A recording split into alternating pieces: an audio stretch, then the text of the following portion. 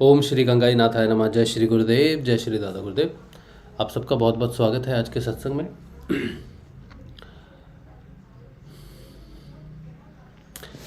चलिए, तो आप सबको बता दें कि ये जो सत्संग है ये भगवान श्री गुरुदेव समर्थ सद्गुरुदेव श्री रामलाल जी से के सिद्ध योग से आने वाले परिवर्तनों के आधार पर है। मेरा नाम राज शिव है और मैं एक सिद्ध योगी साधक हूँ। सिद्ध योगी तो नहीं कह सकते, योगी कह सकते। सिद्ध योगी वो है जिसने अपना योग सिद्ध कर लिया है। हमने अभी अपना योग सिद्ध नहीं किया है।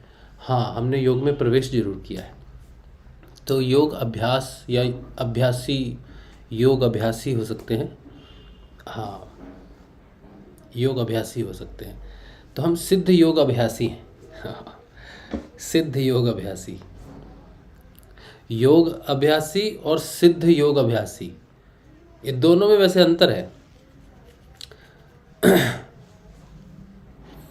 क्योंकि हम जिस योग का अभ्यास करते हैं उसका नाम है सिद्ध योग। तो हम सिद्ध योग अभ्यासी हैं। और सिद्ध योग के मुख्य रूप से दो चरण हैं। एक पहला जो चरण है, जो आधार है उसका, वो है क्रियात्मक योग, क्रिया योग। और दूसरा जो फल है, फ्रूट है उस योग का, उत्तरार्ध है जो, वो है ध्यान योग। और ये जो पूर्वार्ध और उत्तरार्ध मिलाते हैं, क्रिया योग, और पूर्वार्ध हुआ क्रिया योग, क्रियात्मक योग, और उत्तरार्ध हुआ ध्यान योग, सहज योग। तो इन दोनों योग को मिला दिया जाए, क्रिया योग और ध्यान योग को मिला दिया जाए, तो हो जाता है पूर्ण योग। और पूर्ण योग की जो संज्ञा है, सिर्फ यही नहीं है कि ये क्रियात्मक योग और ध्यान योग मिला दिया है इसलिए इसको पूर्ण योग कहते हैं। इसको पूर्ण योग इसलिए कह रहे हैं क्योंकि ये योग आपको आपकी पूर्णता प्रदान करता है। और इस योग में सारे योग सम्मिलित हैं। मतलब इस संसार में, इस ब्रह्मांड में, इस पृथ्वी पर, चलो छोड़ो, इस पृथ्वी पर जितने भी योग हैं, जितने भी योग हैं, वो सारे के सारे इस योग में सम्मिलित हैं। आप हैरानी होगी आपको जानकर, आप ऐसे योग हैं जिनके बारे में पता भी नहीं है कि वो योग है, पता भी नहीं है कि योग है।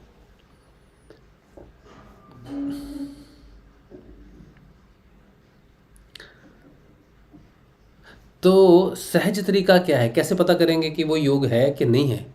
उसे योग कह, जो चीज़ है उसे योग क्यों कहते हैं और वो योग है कि नहीं है, कैसे पता चलेगा?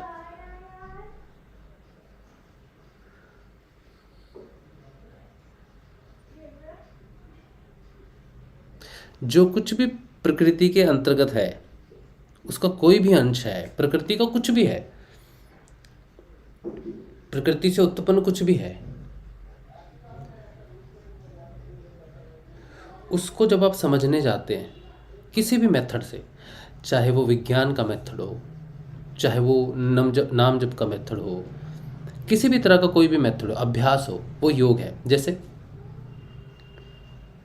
आपको गाना सीखने का बहुत शौक है, आप गाना सीखना चाहते हैं,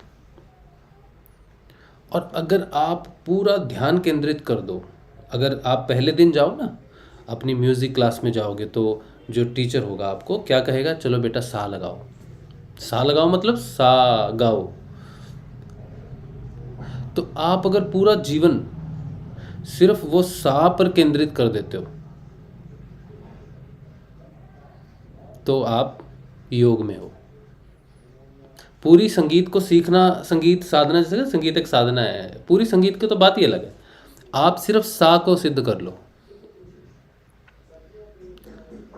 केंद्रित कर दो उस ध्वनि पर, केंद्रित हो जाएगा। सा जो ध्वनि है ना, उस पर केंद्रित हो गए आप, और आपको उसकी पहचान हो गई कि वो है, यही वो है।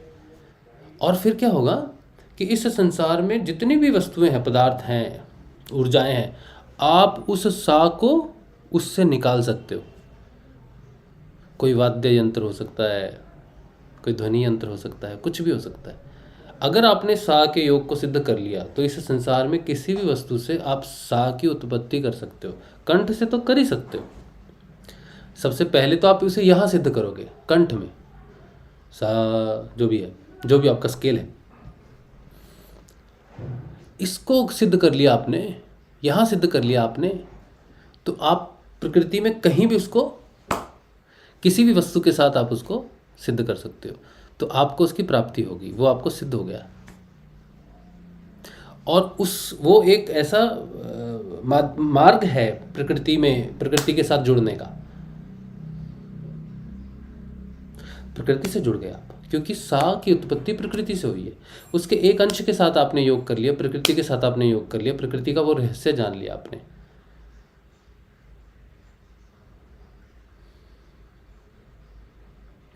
एक बड़ी सी नदी है, बड़ी सी नदी है, समंदर है, जो भी है, उसमें से आप छोटा सा होल करो कहीं भी, नदी से आप एक छोटा सा होल बना लो, जहाँ तक लेके जाना है ले जाओ, और वो नदी का पानी जो है वो पूरा उस होल के माध्यम से वहाँ चला जाएगा जहाँ आपको लेके जाना। पूरा समंदर शिफ्ट हो जाएगा उस छोटे से होल के माध्यम से। 10 किलोमीटर, 20 किलोमीटर, 50,000 करोड़ अरबों किलोमीटर का एक आपने छोटा सा होल बनाया है, एक धारा एक बनाई है, छोटी सी सूता ही है समझो, धागा होता है ना, धागा समंदर में डुबो दो, उसका एक छोर समंदर में डूबा हुआ है और एक छोर आप नीचे लटका दो कहीं, अगर समंदर से नीचे कहीं कोई जगह है तो वो सारा समंदर का पानी उस धागे के माध्यम से शिफ्ट हो जाएगा।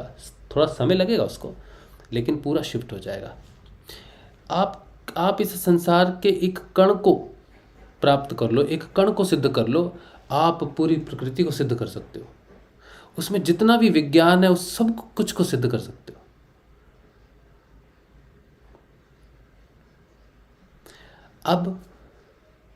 अब अगर आपने ये रहस्य जान लिया है कि इस प्रकृति के किसी एक कण को सिद्ध करने से सारी प्रकृति को सिद्ध किया जा सकता है, तो अब आप देखो हर मनुष्य कुछ ना कुछ कर रहा है, कोई सेवा कर रहा है। जैसे 4 वर्ण है ना, वैश्य वर्ण है जिसका काम है सेवा,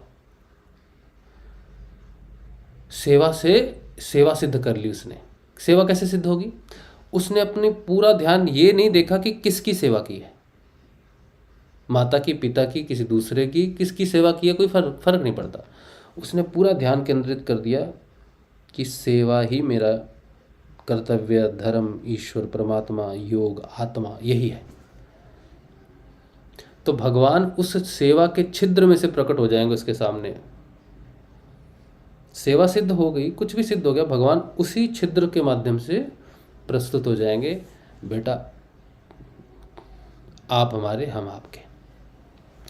इस संसार में कोई मैथमेटिक्स का टीचर है, मैथ्स टीचर है, वो अगर अपना पूरा श्रद्धा, भाव, तन मन एक जुट मैथमेटिक्स पे लगा दे और कुछ नहीं, सिर्फ मैथ्स पे लगा दे, किसी एक अक्षर पे लगा दे, एक सब्जेक्ट पे, पूरा सब्जेक्ट तो बहुत, मैथ्स तो मतलब इतना विशाल है, उसके किसी एक शब्द पर सिद्ध कर दे, वो केंद्रित कर दे। उस सोचो 5, एग्जाम्पल 5, उस 5 को वो ऐसे प्राप्त कर ले कि संसार की हर वस्तु में उस 5 को निकाल सकता है, किसी भी तरह से 5 को प्रस्तुत कर सकता है, किसी भी कैलकुलेशन से 5 निकाल सकता है। सिद्ध कर लिया उसने 5, भगवान प्रकट हो जाएंगे, सिद्ध कर लिया उसने। इस संसार में जितने भी कार्य हैं, सारे के सारे योग हैं। अगर व्यक्ति पूर्ण एकनिष्ठ होकर, बिना किसी इसके लाभ के, नुकसान के, अपना पूरा ध्यान केंद्रित करते उस चीज पर,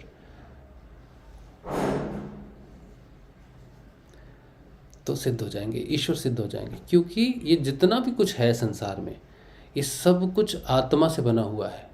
किसी को भी किसी भी चीज पर केंद्रित करके आप भगवान को वहां से प्रकट कर सकते हो।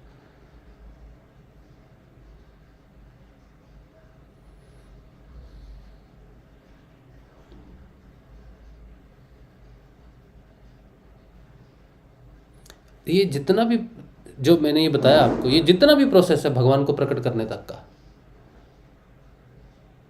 ये सारा क्रियात्मक योग में है।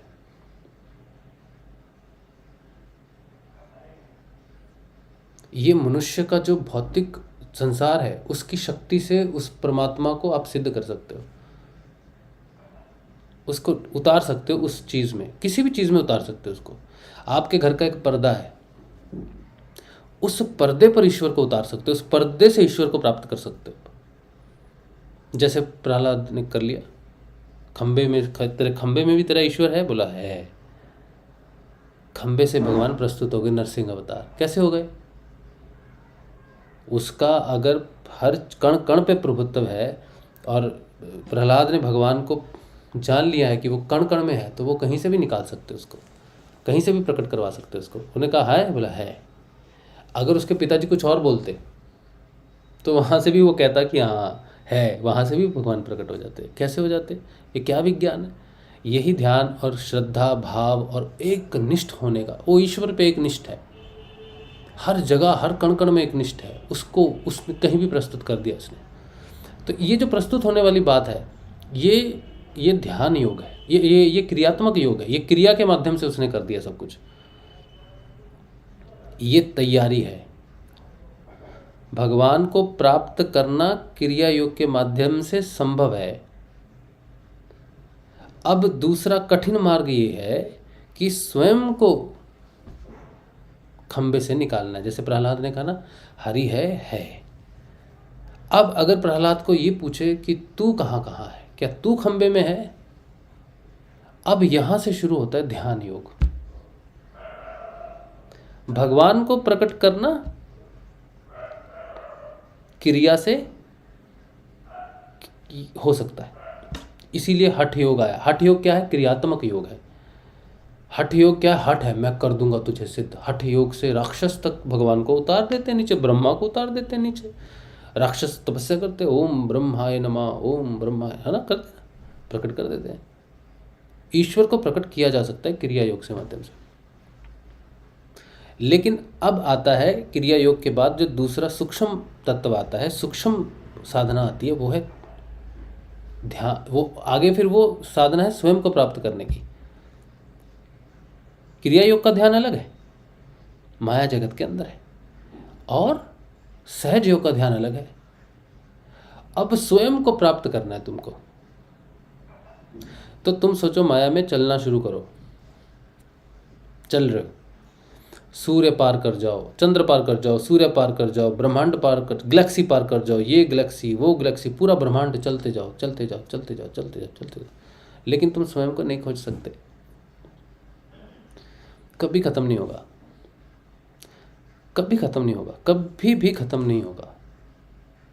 कितने ही कल्पों अल्पों पल्पों कितने ही तुम चलते रहो, लेकिन तुम्हारी यात्रा स्वयं को खोजने की खत्म नहीं होगी। माया में तुम अपने आप को कहीं भी नहीं खोज सकते, उल्टा करना पड़ेगा। माया में स्वयं को नहीं खोज सकते तो क्या करेंगे? उल्टा करेंगे। कैसे? खुद में माया को प्रस्तुत करेंगे, खुद को उठाएंगे माया से ऊपर और खुद में देखेंगे नीचे माया, तब माया का पार। लेकिन खुद को जानोगे कैसे? खुद को जानने का तरीका क्या है? तो खुद पर ध्यान केंद्रित करना होगा, खुद पर ध्यान केंद्रित करना होगा। लेकिन खुद पर ध्यान केंद्रित करोगे कैसे? तुम कौन हो? तुम्हें अगर स्वयं को पाना है, जिस रूप में पाना है उसी रूप में तुमको केंद्रित करना पड़ेगा। अब तुम स्वयं को आत्म रूप में प्राप्त करना चाहते हो तो तुम्हें अपने आत्म रूप पर केंद्रित करना पड़ेगा। लेकिन तुम्हारा आत्म स्वरूप कैसा है तुम्हें तो मालूम नहीं है, तुम केंद्रित कैसे करोगे? तो हठ योगी क्या करते हैं? केंद्रित करते हैं अपने एक स्वरूप पर। किस पर करते हैं वो स्वरूप? वो अपने ज्योति में स्वरूप पर केंद्रित करते हैं। और अभी रिसेंटली मैंने एक वीडियो बनाया था ना, आत्मा या महाचित्त, अगर आपने देखा हो तो वो उच्चतम ज्योति स्वरूप पर केंद्रित करते हैं। हृदय में एक ज्योति है जिसे आत्मा कहते हैं, उस ज्योति पर केंद्रित करते हो, लेकिन वो आत्म स्वरूप नहीं है।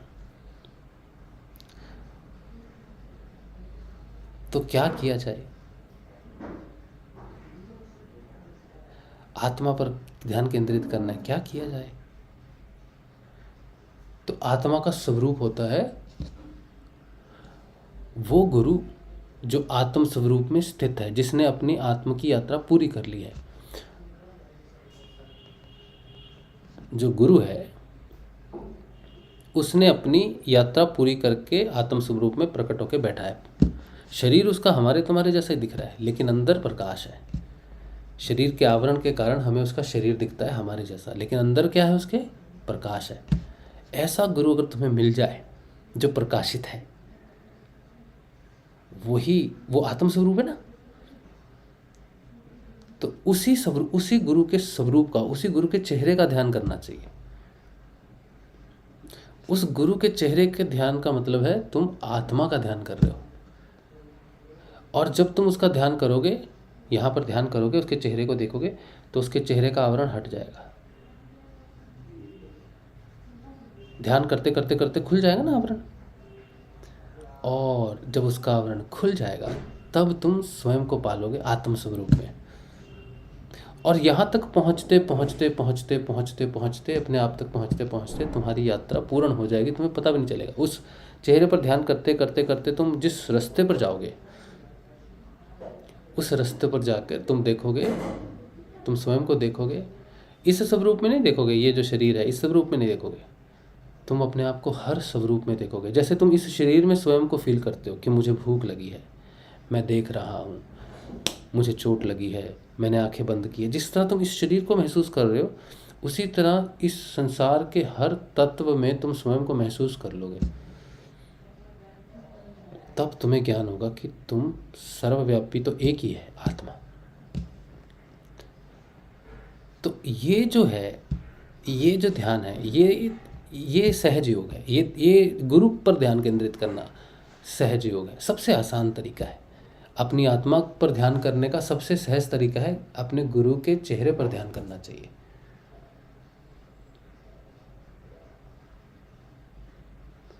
और जो सिद्ध योग जिसकी मैं बात कर रहा हूँ, जिस योग में हम हैं, वो बिल्कुल ऐसा ही है।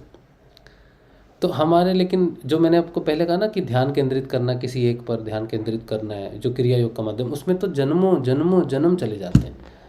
किसी एक कण को सिद्ध करने के लिए आपको कई जन्म लगेंगे। तो उसको भी अगर हटाना है, कई जन्मों का काम आपने शॉर्टकट में करना है, तो अगर ऐसा गुरु मिल जाए, समर्थ सदगुरुदेव मिल जाए, तो उसकी आज्ञा का अनुसरण करना ही क्रिया योग है। यम, नियम, आसन, प्राणायाम, प्रत्याहार, ये क्रिया योग का हिस्सा है। तो अगर आप हठ योग से सिद्ध करोगे तो आपको यम और नियम पालन करना पड़ेगा, आसन लगाना पड़ेगा, प्राणायाम करना पड़ेगा, प्रत्याहार सिद्ध करना पड़ेगा। लेकिन अगर आपको समर्थ सदगुरुदेव मिल जाए जो प्रकाशित है, जो आत्म स्वरूप है, उसकी आज्ञा का पालन ही क्रिया योग है बस। अगर उसने कहा है बेटा सो जा, सो गए, उठ जा, उठ गए, ये काम कर ले, कर लिया, बर्तन मांज ले, मांज लिए, झाड़ू लगा दे, लगा दिया, जा मार्केट चला जा, चला गया। उसकी आज्ञा का पालन करने से वो प्रसन्न हो गया। हाँ बेटा, बहुत अच्छी बात है, मैं बहुत प्रसन्न हूँ बेटा, आ बैठ, मुझे देख, ध्यान कर। बस आपका क्रिया योग सिद्ध हो गया। उसकी प्रसन्नता ही क्रिया योग सिद्धि है। और जैसे ही वो प्रसन्न हुआ, आप ध्यान योग में प्रवेश कर जाएंगे। जो क्रिया योग में जन्मों जन्म लगता है, सब कुछ त्याग देना पड़ता है, सब कुछ बड़ा कठिन मार्ग है क्रिया योग का। लेकिन अगर गुरु समर्थ है, उसने कोई आज्ञा दी है, उस आज्ञा पर चलकर क्रिया योग को सिद्ध किया जा सकता है। ये आसान तरीका है। हमारे गुरुदेव ने आज्ञा दी हमको, सारे शिष्यों को एक ही आज्ञा देते हैं। गुरुदेव कहते हैं कि बेटा, तुम्हें कोई भी समस्या है जीवन में, तुम्हें मैं नाम देता हूँ, तुम उस नाम को जपना। नहीं जपा जाएगा तो फिर भी प्रयास करना, फिर भी ना जपा जाए तो फिर भी प्रयास करना, फिर भी ना जपा जाए तो प्रयास करना, फिर भी ना जपा जाए तो प्रयास करना, फिर भी ना जपा जाए तो प्रयास करना, फिर भी ना जपा जाए तो प्रयास करना, प्रयास करना, प्रयास करना, प्रयास करना, जपना, जपना, नाम ही जपना। और कुछ भी नहीं करना तुमको, कुछ भी हो जाए, मुझ पर विश्वास रखना, इस नाम को जपना। कोई समस्या हो, खाते पीते हैं, उठते बैठते, लैट्रिन बाथरूम करते, सिर्फ ये नाम जपना और कुछ नहीं करना। कोई प्रार्थना करने की कुछ ज़रूरत नहीं है, कोई दिया अगरबत्ती, कोई कुछ भी ज़रूरत नहीं है, नाम जपना बस। और सुबह शाम 15 मिनट के लिए मेरे मेरा ध्यान करना अपने आज्ञा चक्र पर, इसके सिवाय और कुछ मत करना, मैं तुम्हें पार कर दूंगा। ऐसे साफ बोला है, साफ क्लियर बोला है कि मुझ में क्षमता है तो मैं तुमको पार कर दूंगा, बस इतना काम करना।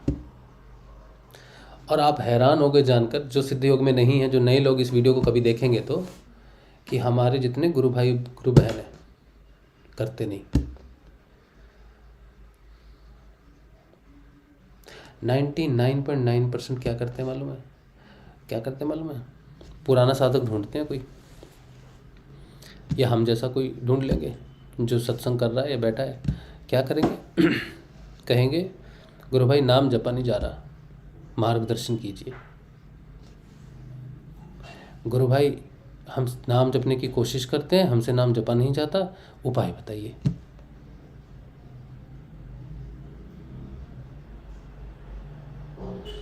और तो ये तो भोले भाले, चलो ये तो भोले भाली कैटेगरी में आते हैं।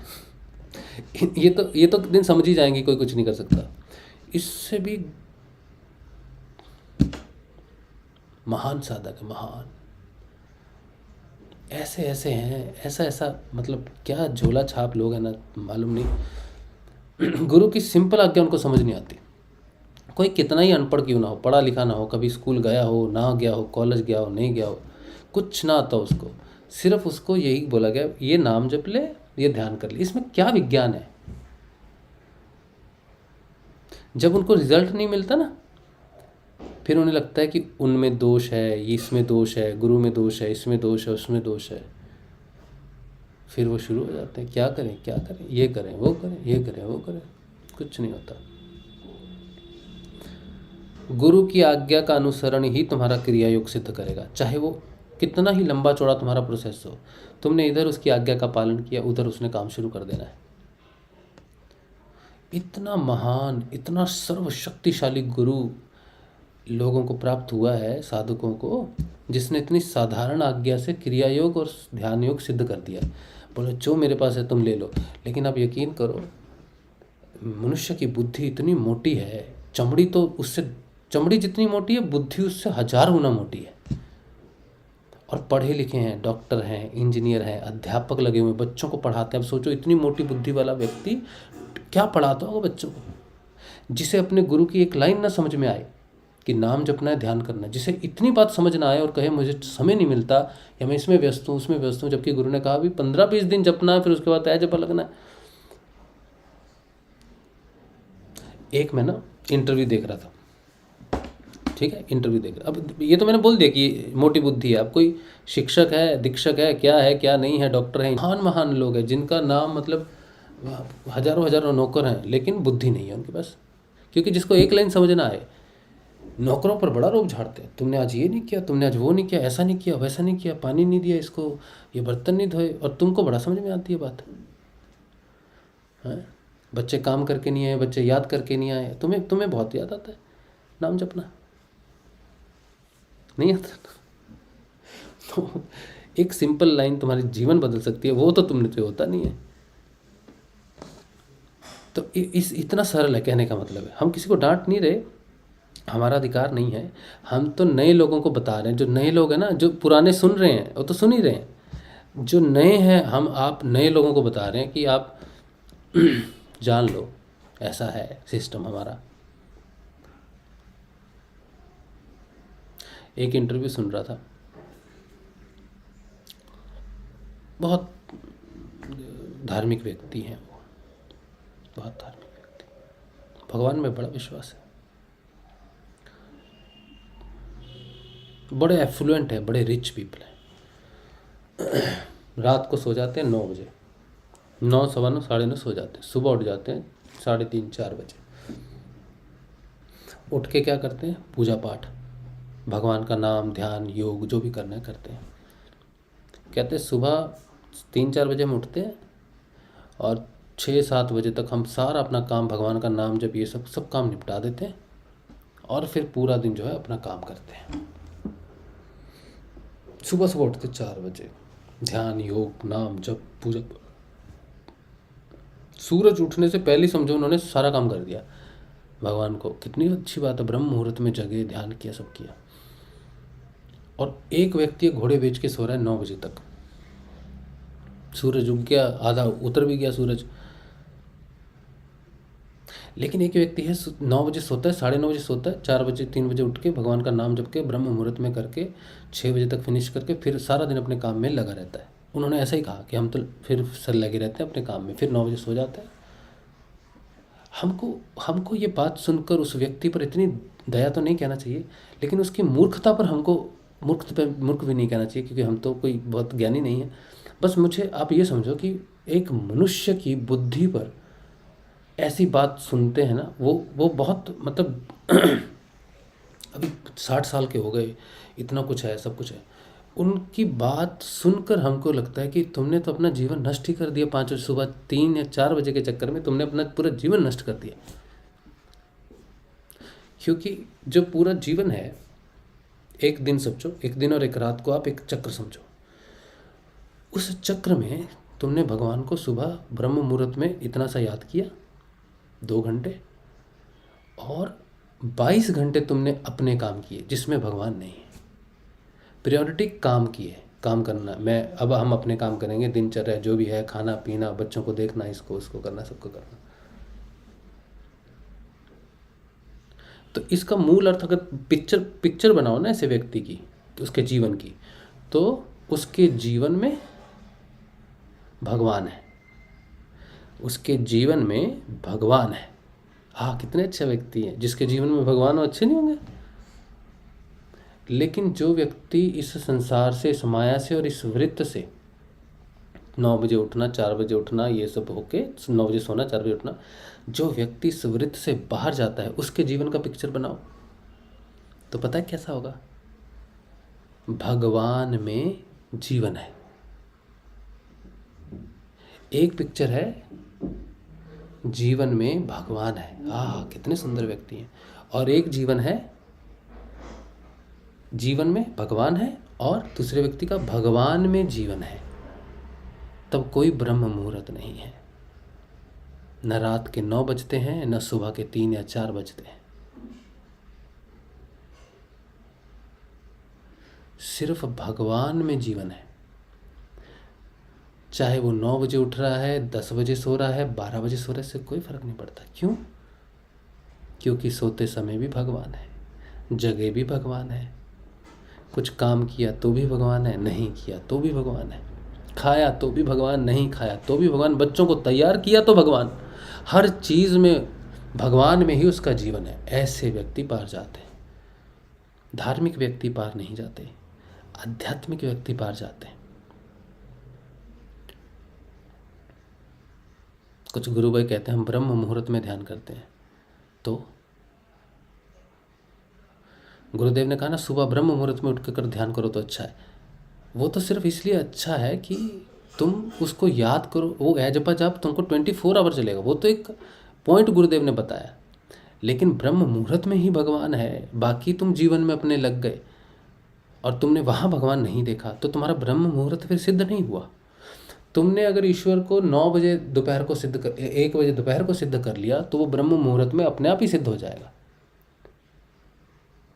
और सिर्फ ब्रह्म मुहूर्त में उधर ही किया, बाकी टाइम तुमने छोड़ दिया उसको, काम काज बोल नहीं, ये तो मेरा पर्सनल जीवन है, तो नहीं होगा काम। तो एक साधक के लिए, अगर साधक को पार जाना है, तो तुमको भगवान के अंदर जीवन खोजना पड़ेगा।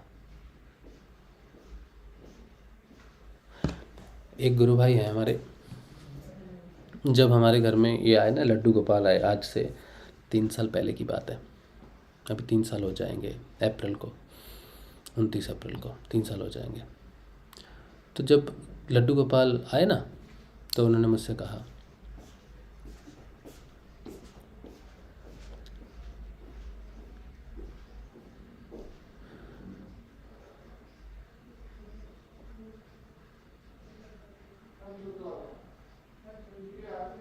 तो उन्होंने कुछ ऐसा कहा,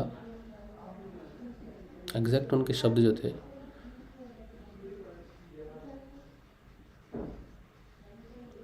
अब आप भौतिक जीवन को समय नहीं दे पाओगे, ऐसा कुछ कहा उन्होंने। मैंने कहा उल्टा बोला आपने।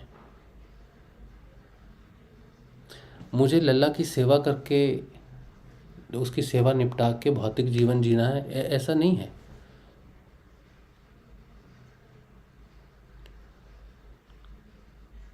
उल्टा है। मुझे जो मेरा जीवन है, मेरा जो जीवन का लक्ष्य है, वो भौतिकता को संवारना नहीं है, वो भगवान के साथ समय बिताना है। और अगर भौतिकता मुझे उस तरफ खींचती है तो वो मेरा समय नष्ट है। जितना समय मैं भौतिकता में रहता हूँ वो मेरे लिए मुश्किल है। मुझे भौतिकता के लिए समय नहीं निकालना है, या फिर समझो भौतिकता के लिए मुझे कुछ काम आ गया तो बड़ी मुश्किल होगी कि लल्ला काम करना पड़ेगा यार, करना है, वो मुश्किल है। भौतिक काम करते करते ये सोचे कि अरे लल्ला को देखना है, ये जीवन नहीं है। लल्ला के साथ ही जीवन है। भौतिकता के लिए समय निकालने के लिए मुश्किल, दर्द लगेगा कि यार अभी ये काम कर, ये इधर जाना पड़ेगा। ऐसा नहीं कि काम चोर है, लेकिन बात यह है कि हमारा मन उसमें है, हमारा हृदय, हमारा जीवन उसमें है, वो अलग नहीं है। हम जब आ रहे थे वृंदावन से, तो वृंदावन से जब आए हम, लल्ला था हमारे पास, तो हम कैलकाटा स्टेशन पे उतरे तो एक गोलगप्पे वाला वहाँ खड़ा था, पानी पूरी वाला। तो उस हमने शायद गोलगप्पे खाए उसके पास, तो उसने लल्ला को देखा, बोला हमारे घर में भी लल्ला है। मैं, बड़ी अच्छी बात है। तो बोला लेकिन हमारे जीवन का जो कष्ट है ना, ठीक नहीं हो रहा, हमारी सहायता नहीं कर रहे, हमारी मदद नहीं कर रहे, 2-3 महीने और देखेंगे, नहीं तो फिर मंदिर में रख देंगे हम।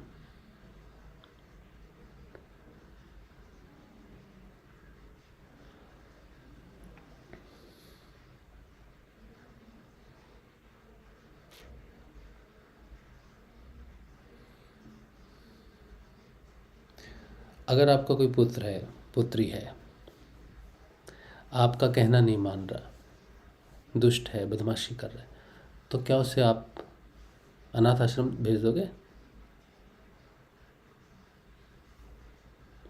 पुत्र पुत्री कैसे भी हो, नालायक हो, कहना ना मानते हो, झगड़ा करते हो, लड़ाई करते हो, कुछ भी हो, क्या उनको आप छोड़ दोगे अनाथ आश्रम? नहीं छोड़ोगे। माता पिता को छोड़ दोगे ना। हाँ, तो यही बात है। तो भगवान जो है ना, आपके किसी काम को संवारने नहीं आए। भगवान के सामने हाथ जोड़कर भगवान मेरी ये समस्या ठीक कर दो, वो कर दो, ये कर दो, ये इससे बड़ी बेवकूफ़ी कुछ भी नहीं। तुम पर जब मुसीबत है, तुम पर जो दुख है,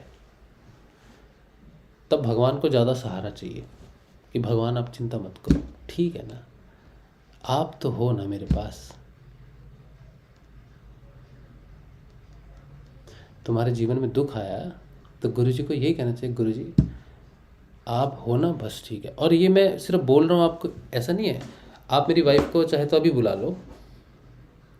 अभी हमारे पे संकट आया था, हमारा बेटा बहुत बीमार हुआ, अभी उसका थेरेपी चल रहा है। तो उसने ऐसी, अब माता है ना, तो थोड़ा सा दिमाग जो हिल जाता बच्चों को ऐसे देखकर, गुरुजी कैसे, क्या कैसे, तो प्रार्थना तो होती। तो हमने कहा जो भी मुसीबत है हम पर, जितनी भी मुसीबत है, चाहे वो किसी भी प्रकार की है, चाहे भौतिक है, आर्थिक है, कुछ भी है, लेकिन तुम ये तो सोचो हमारे साथ गुरुदेव हैं, गुरुदेव तो है ना साथ में, तो कष्ट भोग रहे हैं तो गुरुदेव तो साथ ही भोग रहे हैं ना। हम भगवान को दायी नहीं समझते अपनी समस्याओं के लिए, हम तो ये सोचते हैं कि तू भी हमारे साथ फंस गया, गुरुदेव, दादा गुरुदेव हमारे साथ फंस गए हमारा हाथ पकड़कर फंस गए। तो हमें तो उल्टी उन पर दया आनी चाहिए कि भगवान आप फंस गए हमारे कारण, हमारे कर्म प्रारब्ध ऐसे हैं कि आपको भी कष्ट हो रहा है हमारे साथ रह के, पर आप हमारे साथ हो ना, हमें तो कोई कष्ट नहीं है कि आप साथ हो। तो हमारी दृष्टि वैसी नहीं है, उल्टी है, उल्टी खोपड़ी जिसे कहते हैं। तो हम भगवान से कुछ एक्सपेक्ट नहीं करते। हमें सच्चाई मालूम है कि कर्म प्रारब्ध के बिना कुछ भी नहीं होता, और भगवान जिसके साथ हो उसका फिर बाल भी बांका नहीं होता, ये अलग बात है।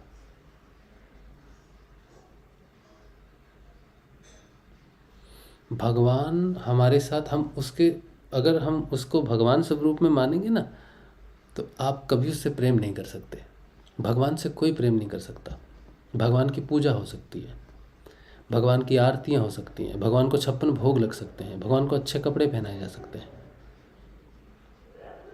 लेकिन भगवान से वो प्रेम नहीं हो सकता जैसा हम अपने बेटे से कर सकते हैं, अपनी पत्नी से कर सकते हैं, अपने माता पिता से कर सकते हैं, अपने मित्रों से कर सकते हैं। भगवान की हम रिस्पेक्ट अलग है, भगवान की स्थिति अलग है, तरीके अलग हैं, नहाना धोना पूजा ये सब है। भगवान के साथ दूरी बनी रहती है, लेकिन संबंधी, सगा संबंधी हो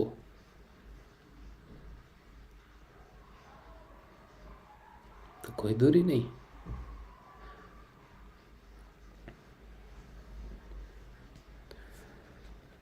तो जीवन में भगवान नहीं, भगवान का संबंध होना चाहिए, भगवान के साथ रिश्ता होना चाहिए। भगवान में जीवन है, हमारा प्राण जो है वो भगवान में। और जब हम भौतिकता में रहते हैं तो हमारे प्राण संसार में रहते हैं, बच्चों में, माता पिता में, भाई बहन में, पत्नी में, पति में, संसार में प्राण रहते हैं। प्राण भगवान में रहने चाहिए, तब जाके मज़ा है, तब जाके निडरता है, अभय है, संतोष है। फिर हर समय कोई दिक्कत ही नहीं है। जिसने भगवान को अपना संबंधी बना लिया, फिर भाई संबंधी को तो देखना पड़ता है ना।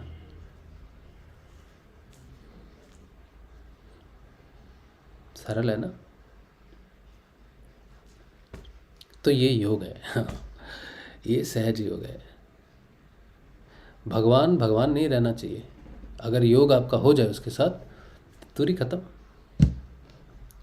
फिर जैसा वो वैसे आप। फिर कोई लाज शर्म नहीं है, फिर कोई डिफरेंस नहीं है, कोई डिफरेंस नहीं। फिर उससे कोई उम्मीद भी नहीं। फिर वो अपना काम करेगा, तुम अपना करो।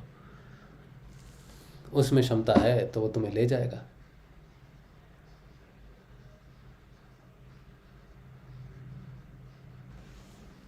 ये बात है। चलिए ठीक। तो आज पता नहीं हमने बोल दिया, कुछ बोल दिया हमने। ये ऐसा बोलना कुछ हम तय नहीं करते कि हमें कुछ बोलना है। पता नहीं कोई शब्द निकल गया मुंह से, उसके कारण इतना लंबा चौड़ा गया। पहले हम लेट आए, आज हमारी ट्रेन आज वैसे ही लेट चल रही है। उसमें से 38 मिनट्स हमने और बक बक कर दी। 38 मिनट हमने पता नहीं क्या बकवास की है, जिसका कोई मतलब नहीं है ना। तो समय नष्ट पे नष्ट। चलिए अब हम क्या करेंगे, अब हम समय का सदुपयोग करते हैं और ये पुस्तक हम पढ़ते हैं। हमारे गुरुजी हैं, ये सिद्ध योग इनकी पुस्तक है और इन्होंने कुछ लिखा हुआ है सिद्ध योग के बारे में, वो हम पढ़ेंगे। ठीक है। तो उससे पहले कोई मैसेज अगर हो किसी काम का तो बढ़िया है, बाकी तो फिर ठीक ही है।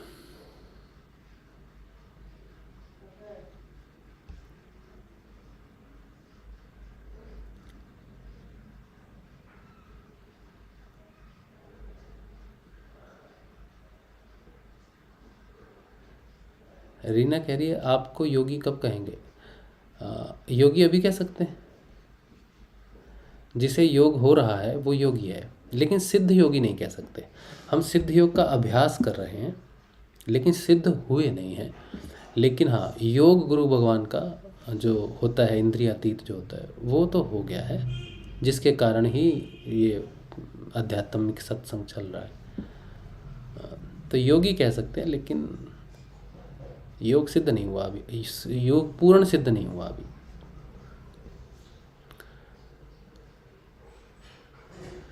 चेहरा खो जाता है गुरुजी का ध्यान करते समय। हाँ, ये तो सबके साथ ही होता है, आपको बार बार केंद्रित करना है।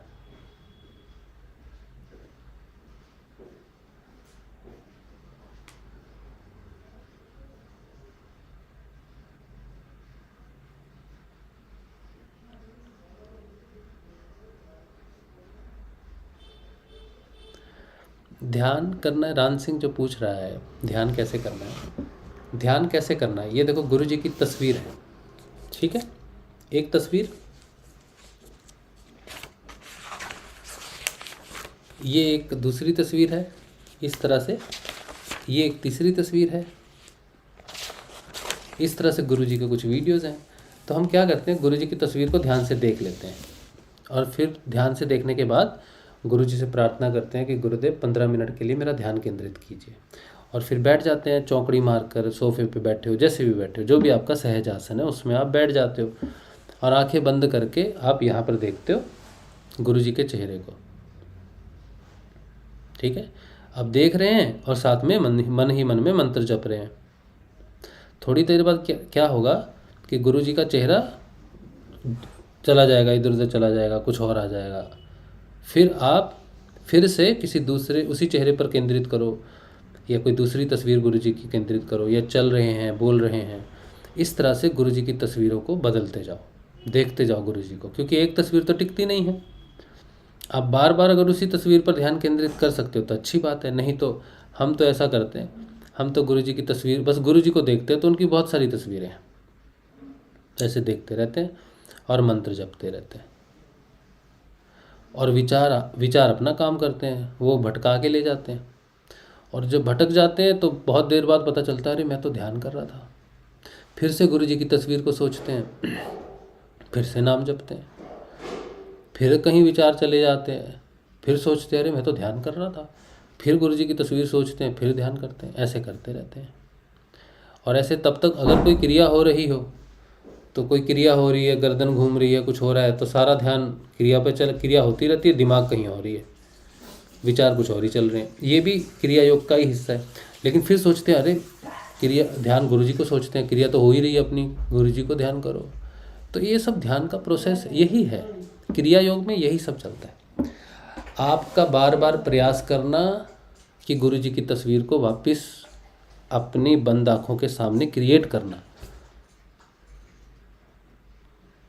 ठीक है, ये क्रिया योग यही है, यही आपका ध्यान का प्रयास है, अभ्यास है, और 15 मिनट के लिए आपने ऐसा करना है, ठीक है।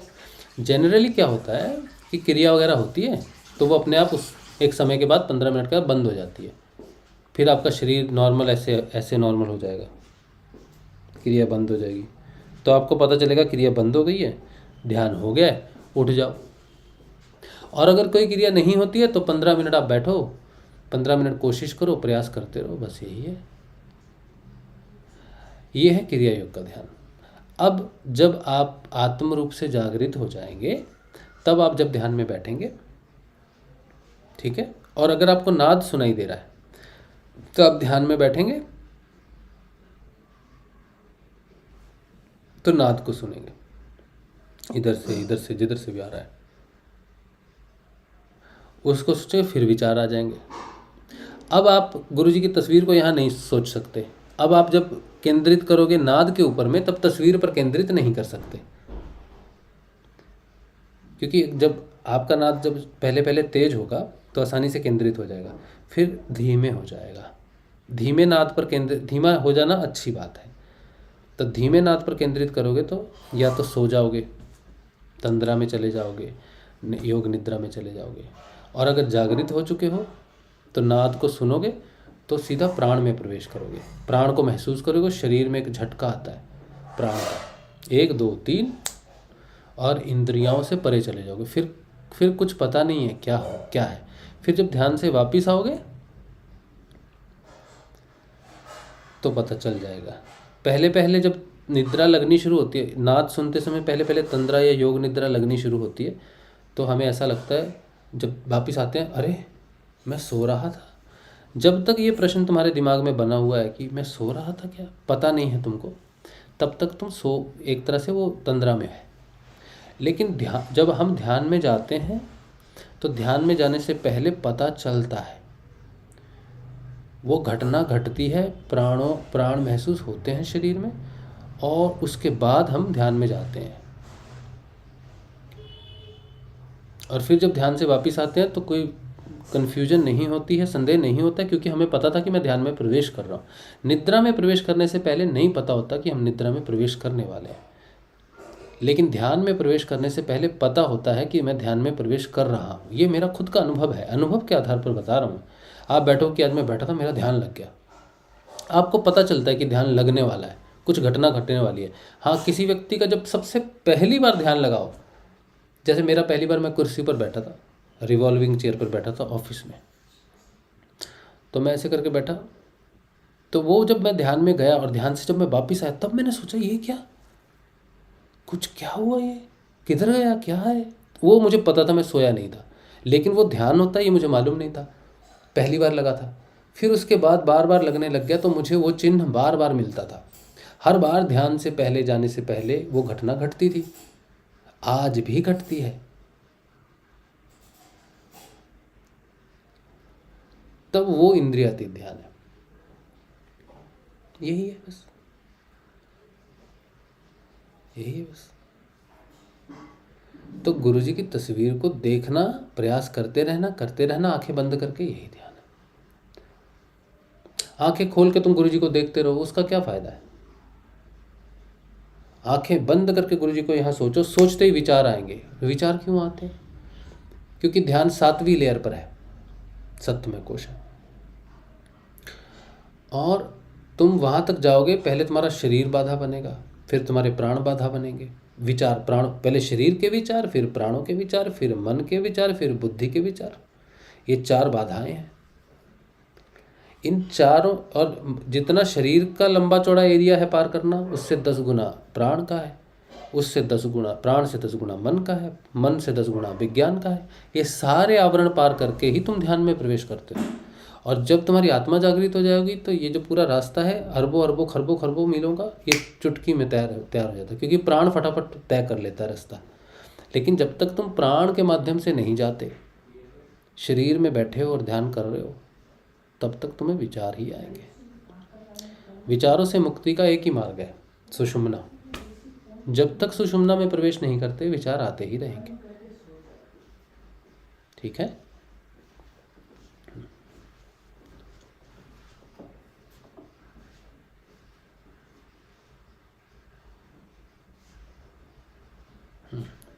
अमित तोमर कह रहे हैं, नहीं बकबक नहीं है ये गुरु भाई, आप तो वो चीज़ दे रहे हैं जिससे समर्पण हो जाएगा एकदम, जो सालों साल तक नहीं होता।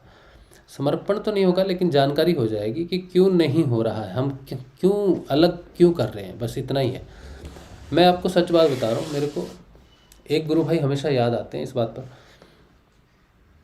उन्होंने मुझे रात को 1 बजे फ़ोन किया, बार बार किया, नए नए जुड़े थे वो, और उनकी पत्नी को थोड़ी सी तामसिकता परेशान कर रही थी। तामसिकता मतलब होता है कि थोड़ा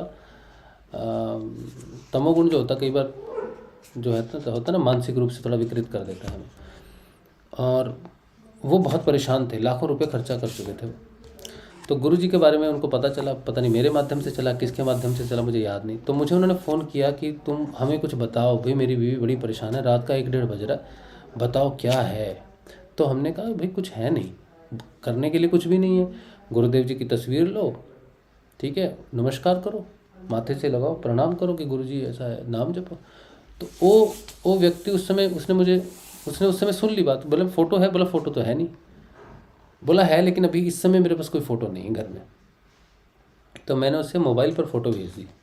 मैंने कहा ये मोबाइल वाली फ़ोटो ही अपनी पत्नी के माथे पे लगा के नमस्कार करो कि गुरुजी रक्षा करो, और बस यही है। बोला यही, इतने से क्या होगा।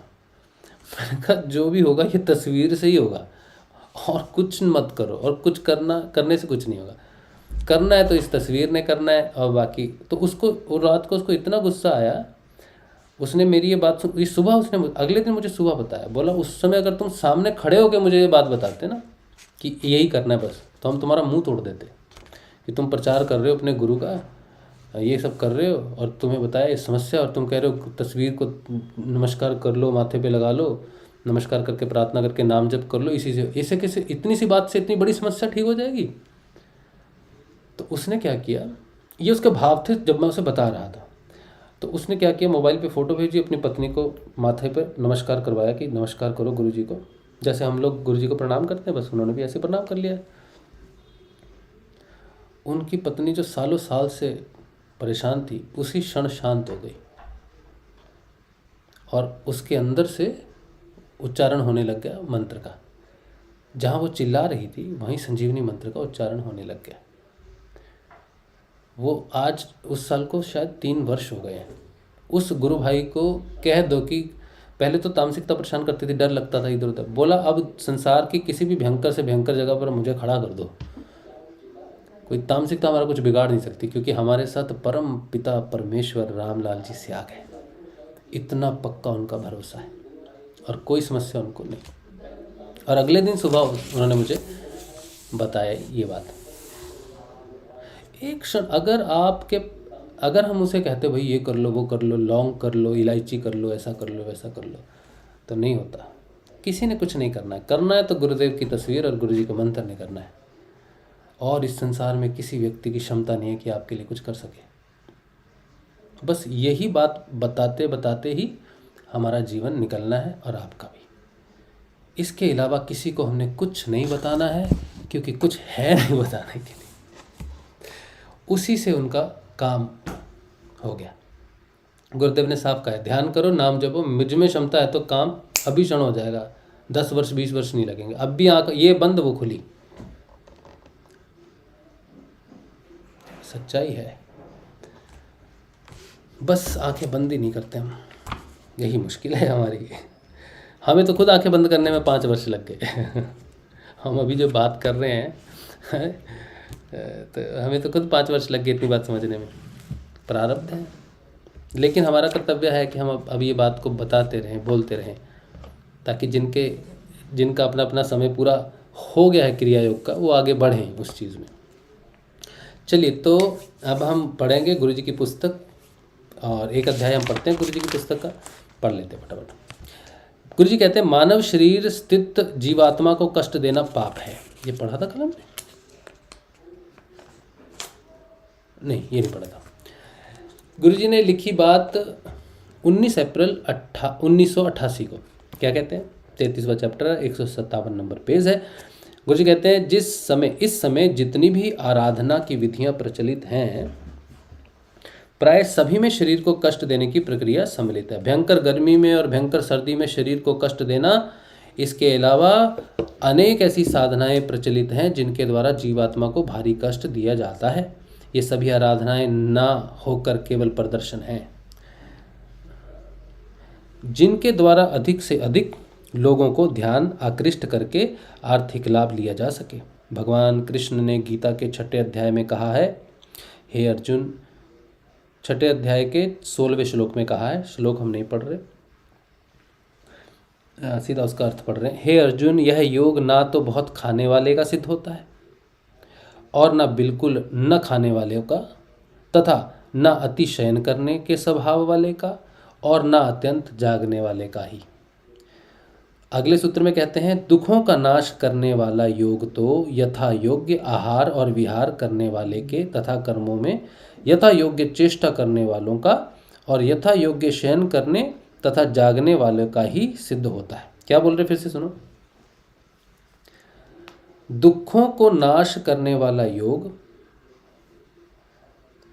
यथा योग्य आहार और विहार करने वाले का, कर्मों में यथा योग्य चेष्टा करने वाले का, यथा योग्य शयन करने तथा जागने वाले का सिद्ध होता है। मतलब हर चीज़ तुम अनुकूल करो, नॉर्मल करो, बेसी अधिक करने से कुछ हो जाएगा, नहीं होगा। भगवान ने स्पष्ट कहा है कि योग सब तरह के दुखों का नाश करने वाला है। फिर शरीर को कष्ट देकर उस परमात्मा की प्रत्यक्षानुभूति कैसे संभव है? परंतु सभी अनभिज्ञ लोगों ने संसार के सभी प्राणियों को भ्रमित तो कर ही रखा है, स्वयं भी भ्रमित हो रहे हैं। ऐसा लगता है कुएं में ही भांग गिर चुकी है, सर्वत्र एक ही लहर चल रही है। इस युग में आध्यात्म जगत में जितना अंधकार व्याप्त है, पहले कभी देखने में नहीं आया है। किसी न किसी प्रकार से हर धर्म के धर्म गुरुओं ने इस पथ को अर्थोपार्जन का साधन बना रखा है। गरीब और सीधे साधे लोगों को धर्म और ईश्वर के नाम पर ठग रहे हैं। हर जगह इसी प्रकार की लूट मची हुई है। सभी उपदेशक भगवान के नाम जप की बात करते हैं, भगवान श्री कृष्ण ने भी गीता में स्पष्ट कहा है कि सब प्रकार के यज्ञों में मैं जप यज्ञ हूँ।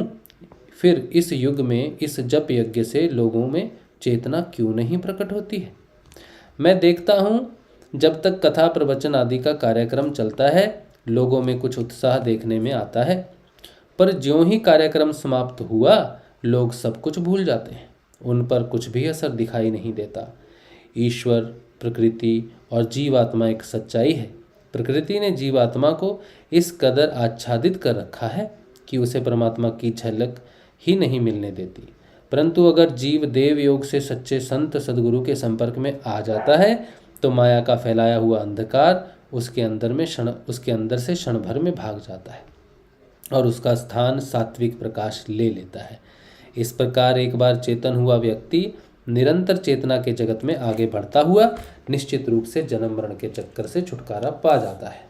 गुरु वह पारस होता है जिसके संपर्क में आने पर हर जीव सात्विक प्रकाश से जगमगा उठता है। आज संसार में असंख्य धर्म गुरुओं के रहते हुए भी घोर अंधकार छाया हुआ है। सारे विश्व का अंधकार भगाने के लिए एक ही संत सद्गुरुदेव काफ़ी है।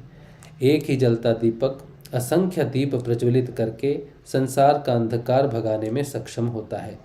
पहला दीपक ही जलना कठिन है। जिस प्रकार एक जलते दीपक से जले हुए दीपक दूसरे दीपकों को जलाने की शक्ति रखते हैं, ठीक उसी प्रकार संत सद्गुरुदेव से चेतन हुए जीवात्मा असंख्य जीवात्मा को चेतन करने की क्षमता रखते हैं।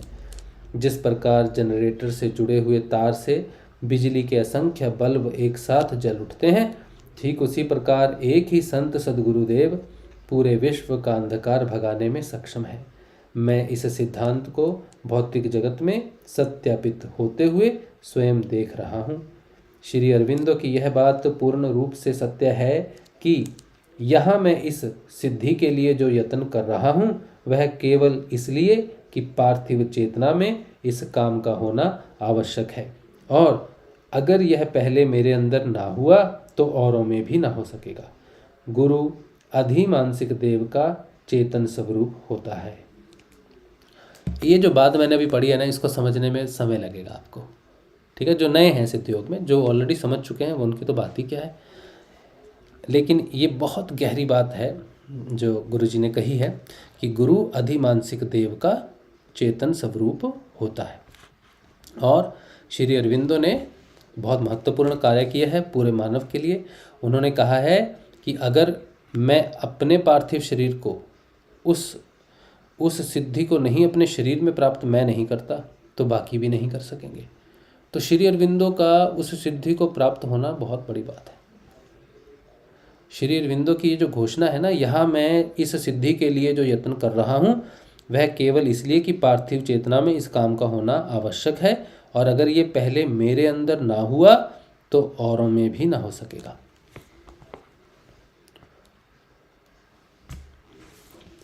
क्या मतलब है इसका आप जानते हो? श्री अरविंदो क्या कह रहे हैं? कहते हैं जिस योग का प्रयास मैं कर रहा हूँ मेरे यहाँ पर इस धरती के ऊपर में, अगर मेरे अंदर नहीं होता है तो बाकियों में नहीं होगा। उसका उनका कहने का मतलब है कि वो एक ऐसा प्रयास, क्या चश्मा बनाया यार, ये पता नहीं तो ठीक से दिखता ही नहीं इसमें।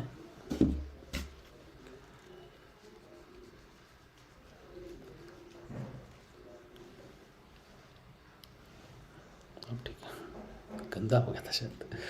हाँ, तो क्या कहते हैं यहाँ मैं इस सिद्धि के लिए जो कह रहे हैं कि जिस योग के लिए वो प्रयास कर रहे हैं, जो योग है वो अरविंदो जो प्रयास कर रहे हैं, अगर वो सिद्ध हो जाता है तो उसका अर्थ ये होगा कि श्री अरविंदो ने वो आगामी मानव जाति तो दिव्य शरीर धारण करेगी, वो ऋषि अरविंदो पहले मनुष्य इस धरती पर होंगे जिन्होंने दिव्य शरीर को प्राप्त कर लिया है, जो आगामी मानव जाति उनकी संतानें होंगी। होता है ना, तो हम अपने दिव्य मनुष्य रूप में जब प्रवेश करेंगे और कहेंगे वो पहला मानव कौन था जिसने ये शरीर धारण किया था, तो उसका नाम होगा महर्षि श्री अरविंदो। समझे आप? तो आगे आने वाले जितने भी लोग इस धरती पर जन्म लेंगे वो किसके डिसेंडेंट होंगे? श्री अरविंदो के। श्री अरविंदो ने नए मनुष्य की स्थापना की है। श्री अरविंदो पहले हैं।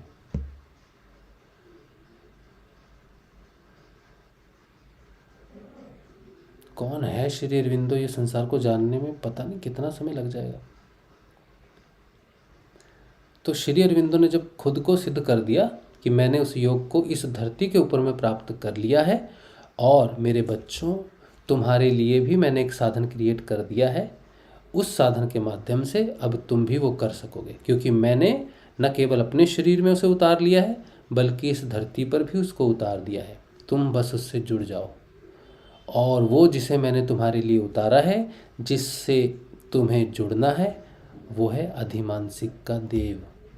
अब हमें जो प्रयास करना है वो खोजना है उसको, जो अधिमानसिक का देव श्री अरविंदो ने नीचे उतारा है वो कौन है। तो मुझे तो मालूम है, और मैं आपको बता भी रहा हूँ कि वो है समर्थ सद्गुरुदेव श्री रामलाल जी स्याग। ये वो है जो तुम्हें उस रूप में रूपांतरित करेंगे जिसमें श्री अरविंदो हुए। गुरुदेव श्री रामलाल जी स्याग के बिना आगामी मानव जाति अपने स्वरूप को प्राप्त नहीं कर सकती।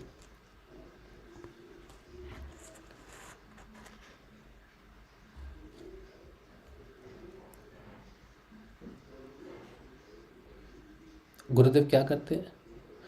अच्छा, जो आगामी मानव जाति है ना, दिव्य शरीर जो अति मानसिक है, वो तो श्री कृष्ण ही प्रकट करेंगे। वो तो श्री कृष्ण के योग से ही तुम अति मानसिक होगे।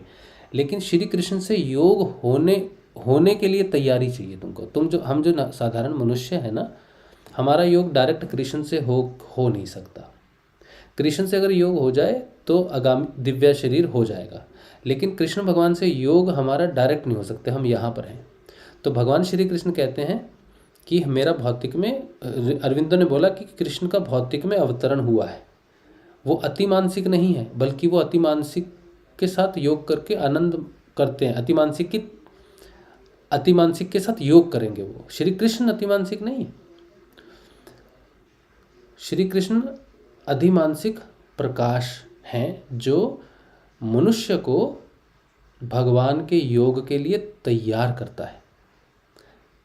भगवान एक चेतना की स्थिति में बैठे इंतज़ार कर रहे हैं, और वहाँ जहाँ इंतज़ार कर रहे हैं, जहाँ आपको जाना है जिस चेतना पे, वहाँ पर भेजने के लिए, वहाँ पर जाने के लिए आपको गुरुदेव रामलाल जी स्याग के योग से जुड़ना होगा।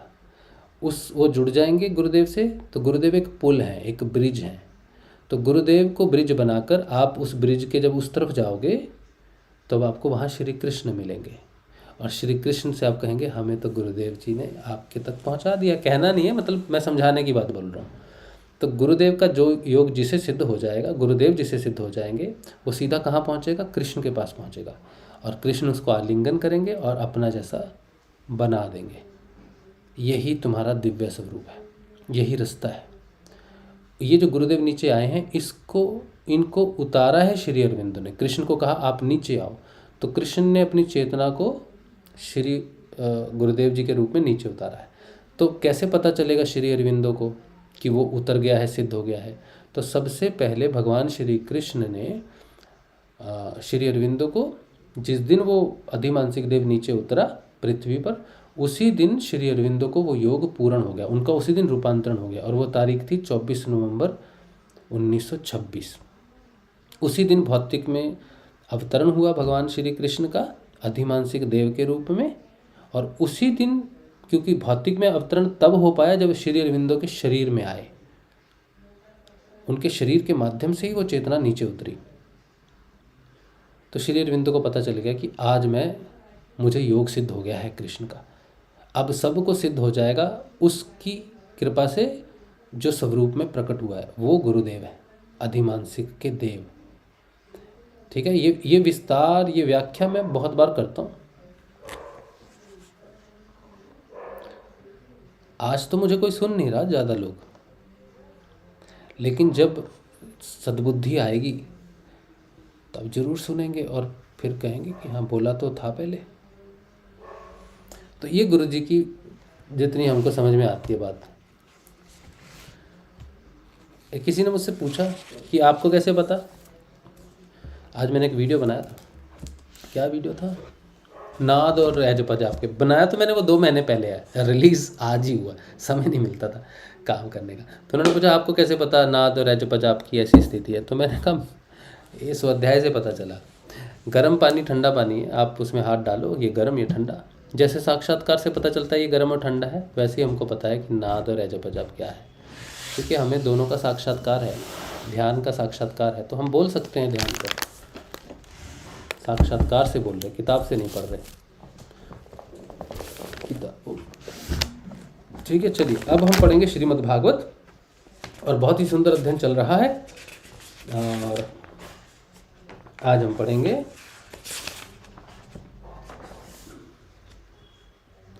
9वां अध्याय, श्री कृष्ण का उखल से बांधा जाना। ठीक है, चलिए। जय श्री गुरुदेव, जय श्रीमद् भागवत। आपको सबको नमस्कार है। स्वयं को भी हम नमस्कार करते हैं, क्योंकि हम भगवान श्री हरि की गीता का अध्ययन कर रहे हैं, उनका अध्ययन कर रहे हैं। इसीलिए ऐसे व्यक्ति को, सुनने वाले को, बोलने वाले को प्रणाम होना चाहिए एक भौतिक चेतना से। शुरू करें। 9वां अध्याय, श्री कृष्ण का उखल से बांधा जाना। श्री सुखदेव जी कहते हैं, हे परीक्षित, एक समय की बात है, नंद रानी यशोदा जी ने घर की दासियों को तो दूसरे कामों में लगा दिया और स्वयं अपने लाला को मक्खन खिलाने के लिए दही मथने लगी। इसकी व्याख्या करते हैं। इस प्रसंग में एक समय का तात्पर्य है कार्तिक मास। पुराणों में इसे दामोदर मास कहते हैं। इंद्र योग के अवसर पर दासियों का दूसरे कामों में लग जाना स्वाभाविक है। नियुक्तासु इस पद से ध्वनित होता है कि यशोदा माता ने जानबूझकर दासियों को दूसरे कामों में लगा दिया। एक जो संस्कृत का जो श्लोक होगा ना, उसमें एक शब्द आ रहा होगा नियुक्तासु। तो उसकी व्याख्या करते हैं कि इस पद से ध्वनित होता है कि यशोदा माता ने जानबूझकर दासियों को दूसरे काम में लगा दिया। यशोदा नाम उल्लेख करने का अभिप्राय यह है कि अपने विशुद्ध वात्सल्य प्रेम के व्यवहार से षडेशैवर्यशाली भगवान को भी प्रेमाधीन भक्त वश्यता के कारण अपने भक्तों के हाथों बंध जाने का यश यही देती। गोपराज नंद के वात्सल्य प्रेम के आकर्षण से सच्चिदानंद परमानंद स्वरूप श्री भगवान नंदन रूप से जगत में अवतीर्ण होकर जगत के लोगों को आनंद प्रदान करते हैं। जगत को इस अपृकृत परमानंद का रसास्वादान कराने में नंद बाबा ही कारण है। इन नंद की गृहिणी होने से इन्हें नंद गेहिनी कहा गया है। साथ ही नंद गेहिनी स्वयं, ये 2 पद इस पद के सूचक हैं कि दधि मंथन कर्म उनके योग्य नहीं है। फिर भी पुत्र स्नेह की अधिकता से यह सोचकर कि मेरे लाला को मेरे हाथ का माखन ही भाता है, वे स्वयं ही दधि मथ रही हैं। फिर मैंने तुमसे अब तक भगवान की जिन बाल लीलाओं का वर्णन किया है, दधि मंथन के समय वे उन सब का स्मरण करती और गाती भी जाती थी। इसकी व्याख्या करते हैं। कहते हैं, इस श्लोक में भक्त के स्वरूप का निरूपण है। शरीर से दधि मंथन रूप सेवा कर्म से हो रहा है। हृदय में स्मरण की धारा सतत प्रवाहित हो रही है। वाणी में बाल चरित्र का संगीत, भक्त के तन मन वचन सब अपने प्यारे की सेवा में संलग्न है। स्नेह अमृत पदार्थ है, वह सेवा के रूप में ही व्यक्त होता है।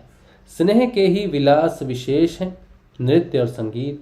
यशोदा मैया के जीवन में इस समय राग और भोग दोनों ही प्रकट हैं। वे अपने स्थूल कटिभाग में सूत से बांधकर रेशमी लहंगा पहने हुए थी। उनके स्तनों में से पुत्र स्नेह की अधिकता से दूध चूता जा रहा था और वे कांप भी रहे थे।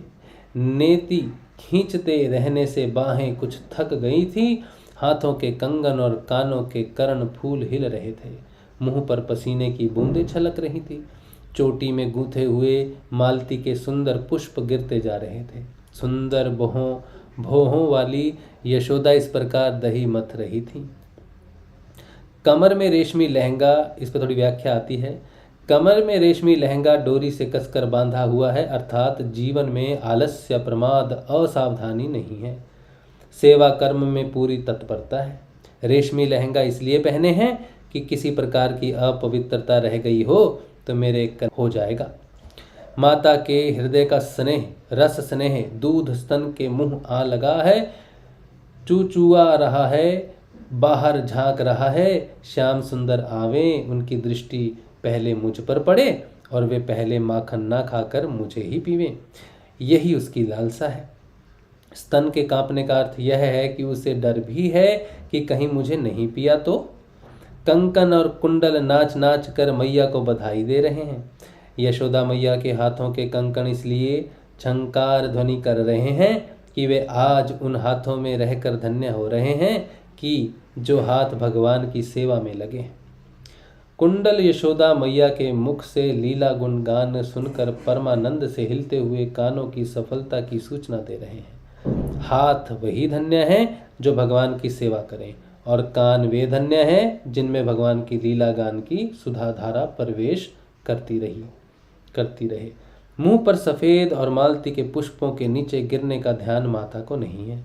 वह श्रृंगार और शरीर भूल चुकी है, अथवा मालती के पुष्प स्वयं ही चोटियों से छूटकर चरणों में गिर रहे हैं कि ऐसी वात्सल्यमयी माँ के चरणों में ही रहना सौभाग्य है। वाह, अति सुंदर। हम सिर पर रहने के अधिकारी नहीं। बहुत सुंदर बात है। अच्छा, फिर आगे। उसी समय भगवान श्री कृष्ण स्तन पीने के लिए दही मथती हुई अपनी माता के पास आए। उन्होंने अपनी माता के हृदय में प्रेम और आनंद को और भी बढ़ाते हुए दही की मथानी पकड़ ली तथा उन्हें मथने से रोक दिया। इसकी व्याख्या आती है, हृदय में लीला की सुख स्मृति, हाथों में दधी मंथन और मुख से लीला गान। इस प्रकार मन तन वचन तीनों का श्री कृष्ण के साथ एक तान संयोग होते ही श्री कृष्ण जाग कर माँ माँ पुकारने लगे। अब तक भगवान श्री कृष्ण सोए हुए से थे। माँ की स्नेह साधना ने उन्हें जगा दिया। वे निर्गुण से सगुण हुए, अचल से चल हुए, निष्काम से सकाम हुए, स्नेह के भूखे प्यासे माँ के पास आवे। क्या ही सुंदर नाम है, सतन्य काम। मंथन करते समय आए, बैठी थाली के पास नहीं। सर्वत्र भगवान साधना की प्रेरणा देते हैं, अपनी ओर आकृष्ट करते हैं, परंतु मथानी पकड़कर मैया को रोक लिया। माँ, अब तेरी साधना पूर्ण हो गई, पिष्ट पेषण करने से क्या लाभ, अब मैं तेरी साधना का इससे अधिक भार नहीं सह सकता। माँ प्रेम से दब गई, निहाल हो गई। मेरा लाल मुझे इतना चाहता है।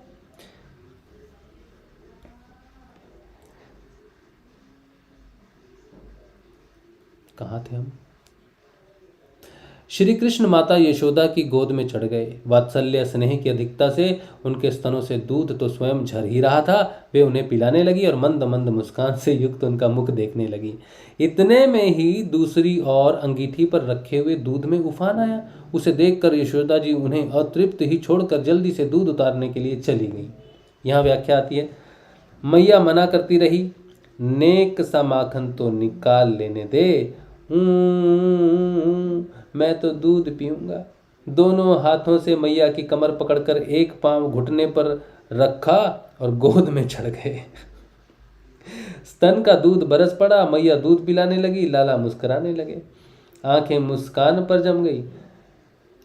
इज्जती पद का यह अभिप्राय है कि जब लाला मुंह उठाकर देखेगा और मेरी आंखें उस पर लगी मिलेंगी तब उसे बड़ा सुख होगा। सामने पद्मगंधा गाय का दूध गर्म हो रहा था। उसने सोचा, स्नेहमयी माँ यशोदा का दूध कभी कम ना होगा, श्याम सुंदर की प्यास कभी बुझेगी नहीं। उनमें परस्पर होड़ लगी है। मैं बेचारा युग युग का, जन्म जन्म का श्याम सुंदर के होठों का स्पर्श करने के लिए व्याकुल तप तप कर मर रहा हूँ। अब इस जीवन से क्या लाभ जो श्री कृष्ण के काम ना आवे। इससे अच्छा है कि उनकी आंखों के सामने आग में कूद पड़ना। माँ के नेत्र पहुंच गए।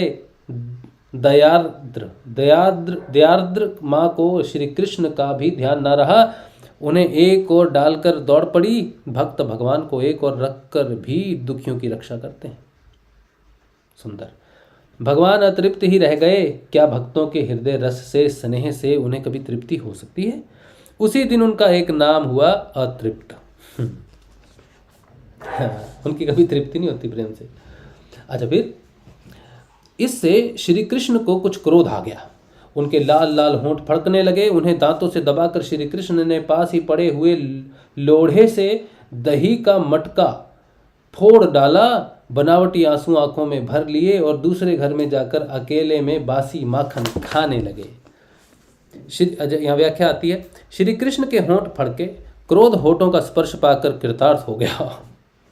लाल लाल होंठ श्वेत श्वेत दूध की दंतुलियों से दबा दिए गए, मानो सत्वगुण रजोगुण पर शासन कर रहा हो, ब्राह्मण क्षत्रियों को शिक्षा दे रहा है। वह क्रोध उतरा दधि मंथन के मटके पर। उसमें एक असुर आ बैठा था। दंभ ने कहा, काम क्रोध और अतृप्त के बाद मेरी बारी है। एक असुर आ बैठा, उसने कहा, दंभ ने कहा, काम क्रोध और अतृप्त के बाद अब मेरी बारी है।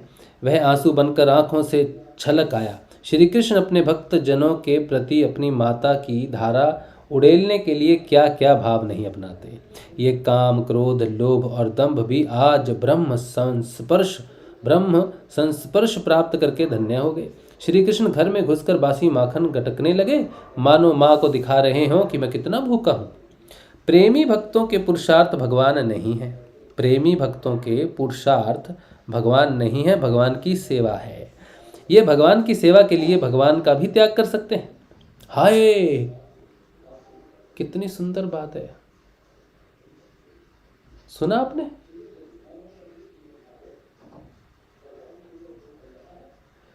ये भगवान की सेवा के लिए भगवान का भी त्याग कर सकते हैं। सुना आपने? इसका क्या अर्थ है? आज जो मैंने अभी कहा ना, मैंने 45 मिनट 38 मिनट बकवास की, है ना, आपका टाइम नष्ट किया। वो 38 मिनट, वो 38 मिनट में इसी लाइन की व्याख्या हुई थी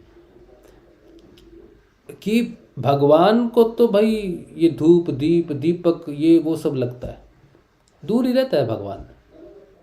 लेकिन भगवान जब तुम्हारे प्राणों में उतर जाए, तुम उसके प्राणों में उतर जाओ, तो वो संबंधी हो जाता है।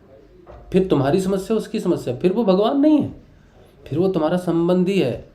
भगवान से अगर सच्चा प्रेम तुमको करना है तो भगवान बन के तो उससे नहीं हो सकता काम। भगवान के तुम कभी सच्चे प्रेमी नहीं हो सकते। तुम सच्चे प्रेमी सिर्फ प्रेमी के हो सकते हो।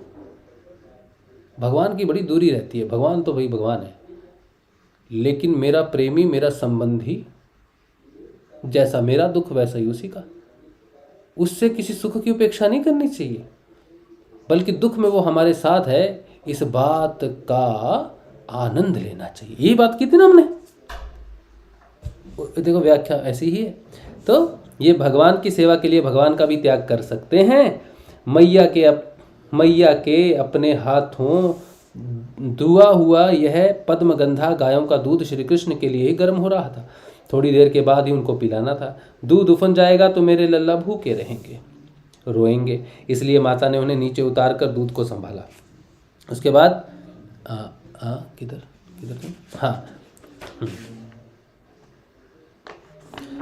फिर वापिस आते हैं। कहते यशोदा जी ओंटे हुए दूध को उतार कर, इसकी फिर व्याख्या आती है। यशोदा माता दूध के पास पहुंची। प्रेम का अद्भुत दृश्य। पुत्र को गोद से उतार कर उसके पेय के प्रति इतनी प्रीति क्यों? अपनी छाती का दूध तो अपना है, वह कहीं जाता नहीं है, परंतु यह सहस्त्रों छटी हुई गायों के दूध से पालित पद्मगंधा गाय का दूध फिर कहाँ मिलेगा? वृंदावन का दूध, अप्रकृत चिन्मय प्रेम जगत का दूध। माँ को आते देखकर शर्म से दब गया। आग में कूदने का संकल्प करके मैंने माँ के स्नेहानंद में कितना बड़ा विघन डाला, और माँ अपना आनंद छोड़कर मेरी रक्षा के लिए दौड़ रही है। ये दूध कह रहा है। मुझे धिक्कार है। दूध का उफनना बंद हो गया और वह तत्काल अपने स्थान पर बैठ गया। दूध ने कहा, मेरे कारण मैया ने लल्ला को छोड़कर मेरी रक्षा करने का सोचा। मैं तो उबल कर अग्नि में गिरने वाला था पतीले से, लेकिन माँ ने लल्ला को छोड़कर, भगवान को छोड़कर मुझे बचाया, क्योंकि मैं उसका पेय पदार्थ हूँ। मेरी रक्षा की मैया ने। मुझे शर्म आनी चाहिए कि मैं नीचे गिर रहा था जलन से, ईर्ष्या से, कि माँ जो है मेरी तरफ देखती नहीं है, खुद ही दूध पिला के उसका पेट भर देगी तो मुझे क्यों पिएगा वो। मैं इस ईर्ष्या से जला जा रहा और मरने के लिए तैयार। लेकिन मैया ने पहले मुझे बचाया कि तू काहे ईर्ष्या करता है। हैं, कितनी सुंदर बात है। दूध की भी बात भावना है। फिर मथने के घर में चली आई। वहां देखती हैं कि तो दही का मटका, कमोरा यानी टुकड़े टुकड़े हो गया है। वे समझ गई कि यह सब मेरे लाला की ही करतूत है।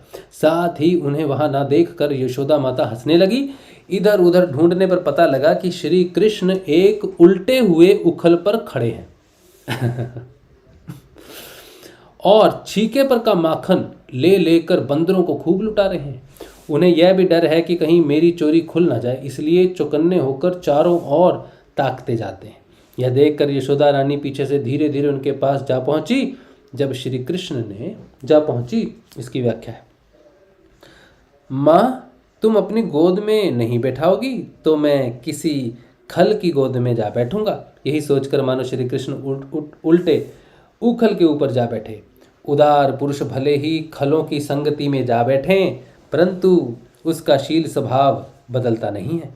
उखल पर बैठकर भी वे बंदरों को माखन बांटने लगे।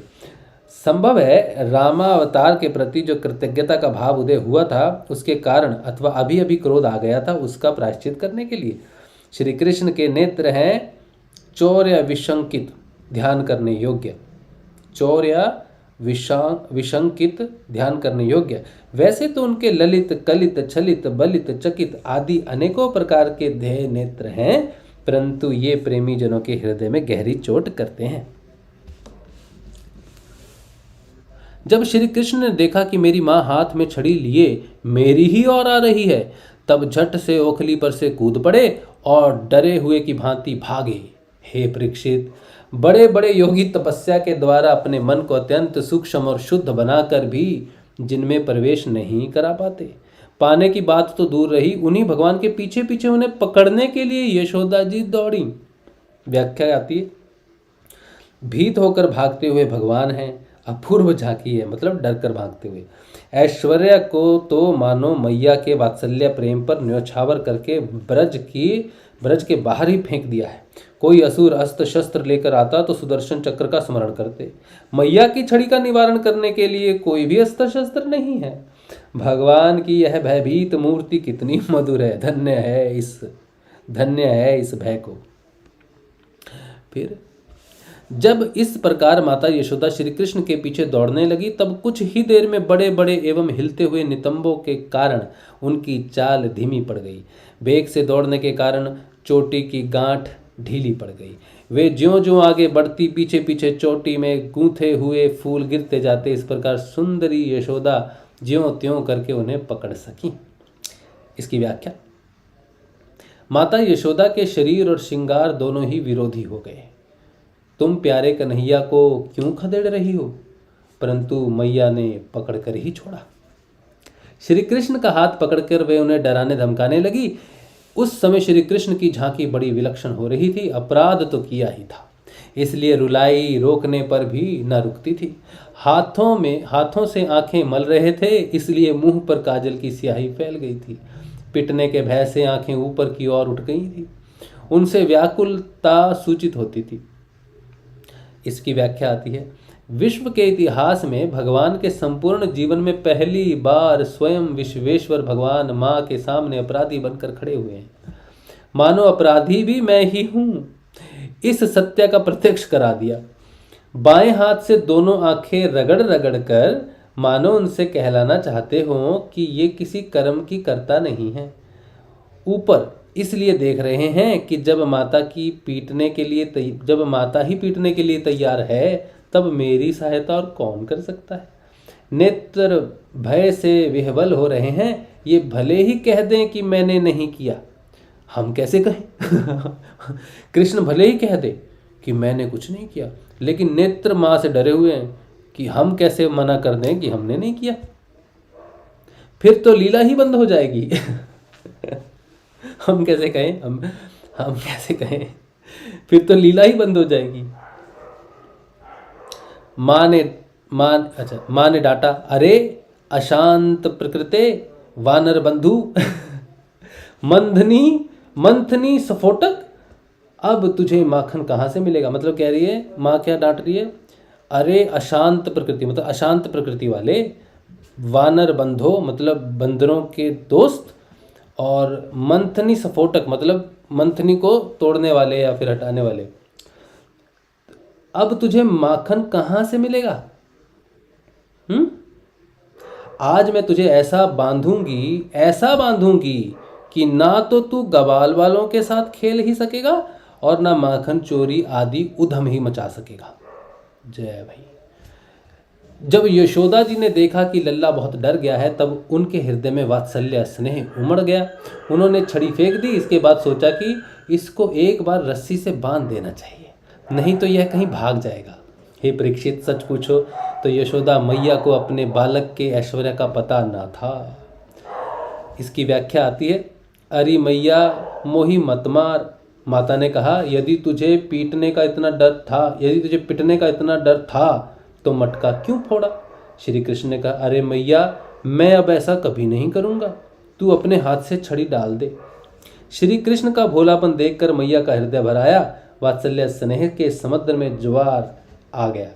वे सोचने लगी, लाला अत्यंत डर गया है, कहीं छोड़ने पर यह भागकर वन में चला गया तो कहाँ कहाँ भटकता फिरेगा, भूखा प्यासा रहेगा। इसलिए थोड़ी देर तक बांध कर रख लूं, दूध माखन तैयार होने पर मना लूंगी। यही सोच विचार कर माता ने बांधने का निश्चय किया। बांधने में वात्सल्य ही हेतु था, गुस्सा नहीं था। भगवान के ऐश्वर्य का अज्ञान दो प्रकार का होता है, एक तो साधारण प्राकृत जीवों को और दूसरा भगवान से नित्य सिद्ध प्रेमी परिकर को। यशोदा मैया आदि भगवान की स्वरूप भूता चिन्मयी लीला के अप्रकृत नित्य सिद्ध परिकर हैं। भगवान के प्रति वात्सल्य भाव शिशु प्रेम की गाढ़ता के कारण ही उनका ऐश्वर्य ज्ञान अभिभूत हो जाता है, अन्यथा उनमें अज्ञान की संभावना ही नहीं है। इनकी स्थिति तुरीयावस्था अथवा समाधि का ही अतिक्रमण करके सहज प्रेम में रहती है। सुंदर। वहाँ प्राकृत अज्ञान मोह रजोगुण और तमोगुण की तो बात ही क्या, प्राकृत सत्व की भी गति नहीं है। बिल्कुल सही बात है। तुरीयावस्था का मतलब है तीनों गुणों से परे की अवस्था है, और वही अवस्था में माँ का प्रेम है। तो कहते हैं कि माँ के प्रेम में, वात्सल्य में, क्योंकि वो तुरीयावस्था है, इंद्रियों से परे है, गुणों से परे हैं, इसीलिए वहाँ अप्रकृत अज्ञान मोह रजोगुण तमोगुण ये तो होने की संभावना है ही नहीं, बल्कि वहाँ तो सत्वगुण भी नहीं है, वहाँ तो प्राकृत सत्व की भी गति नहीं है, क्योंकि इंद्रिय अतीत है, तुरीया है। ठीक है, सत्वगुण की भी वहाँ बात नहीं है। इसलिए इनका अज्ञान भी भगवान की लीला की सिद्धि के लिए उनकी लीला शक्ति का ही एक चमत्कार विशेष है। तभी तक हृदय में जड़ता रहती है जब तक चेतन का स्फुरण नहीं होता। श्री कृष्ण के हाथ में आ जाने पर यशोदा माता ने बांस की छड़ी फेंक दी। यह सर्वदा स्वाभाविक है। मेरी तृप्ति का प्रयत्न छोड़कर छोटी मोटी वस्तु पर दृष्टि डालना केवल अर्थ हानि का ही हेतु नहीं है, मुझे भी आंखें से ओझल कर देता है, परंतु सब कुछ छोड़कर मेरे पीछे दौड़ना मेरी प्राप्ति का हेतु है। क्या मैया के चरित्र से इस बात की शिक्षा नहीं मिलती? बड़ी सुंदर बात है।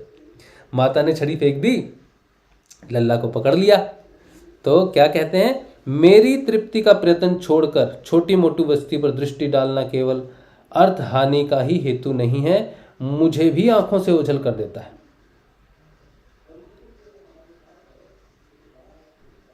मतलब भगवान कह रहे हैं, मेरी तृप्ति जिसमें है उसे छोड़कर तुम अन्य छोटी मोटी चीजों पर केंद्रित करोगे तो मुझे भी तुम ओझल कर दोगे, परंतु सब कुछ छोड़कर मेरे पीछे दौड़ना मेरी प्राप्ति का हेतु है। कितनी सुंदर बात है, कितनी सुंदर बात है। यही बात हमने 38 मिनट जो बात की थी, है ना, उसी में की थी ना, कि जीवन में भगवान नहीं होने चाहिए, ये सही चीज़ नहीं है, भगवान में जीवन होना चाहिए।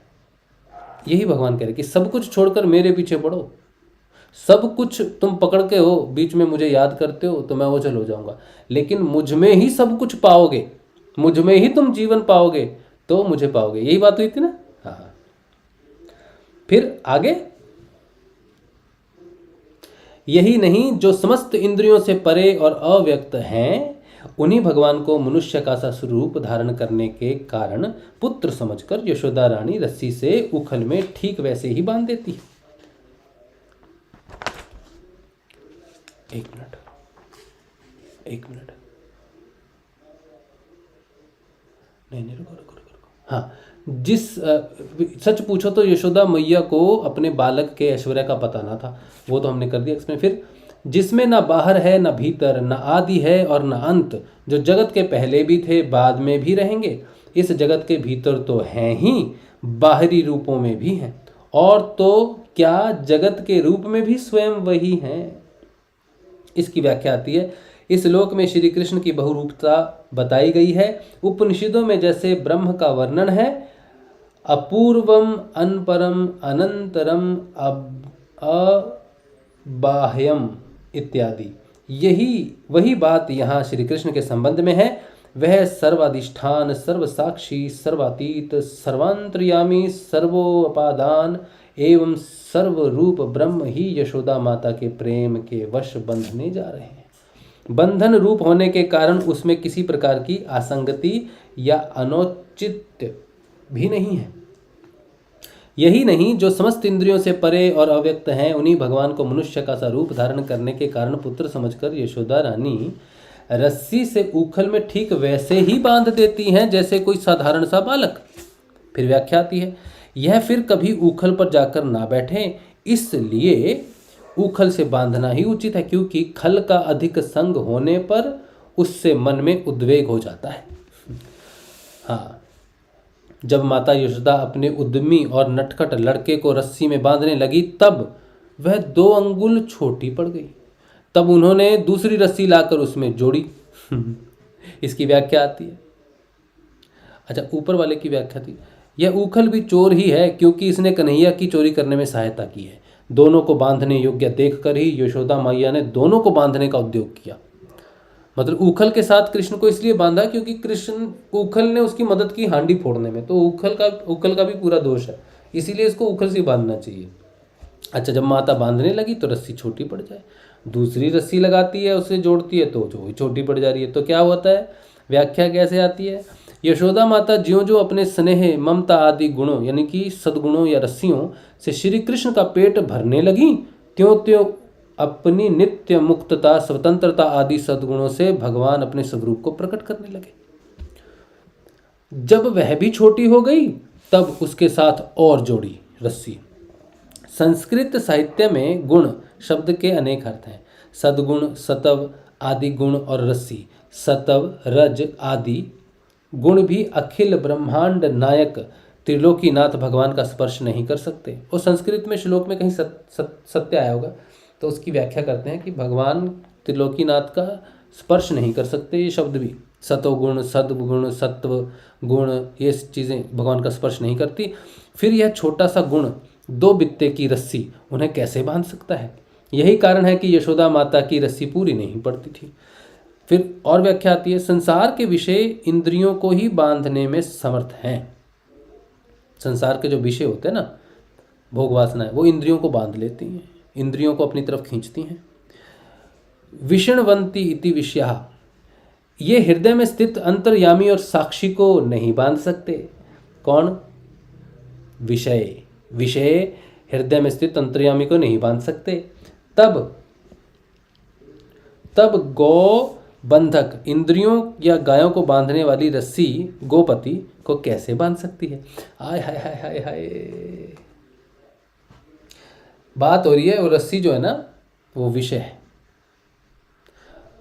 अब विषय जो है वो किसको बांधते हैं? इंद्रियों को, लेकिन हृदय में स्थित उस स्वामी को तो नहीं बांध सकते। तो जो रस्सी गाय को बांधती है वो गाय पति को नहीं बांध सकती। अच्छा, तीसरी व्याख्या फिर आती है उसी बांधने की बात की। वेदांत के सिद्धांत अनुसार अध्यस्त में ही बंधन होता है, अधिष्ठान में नहीं।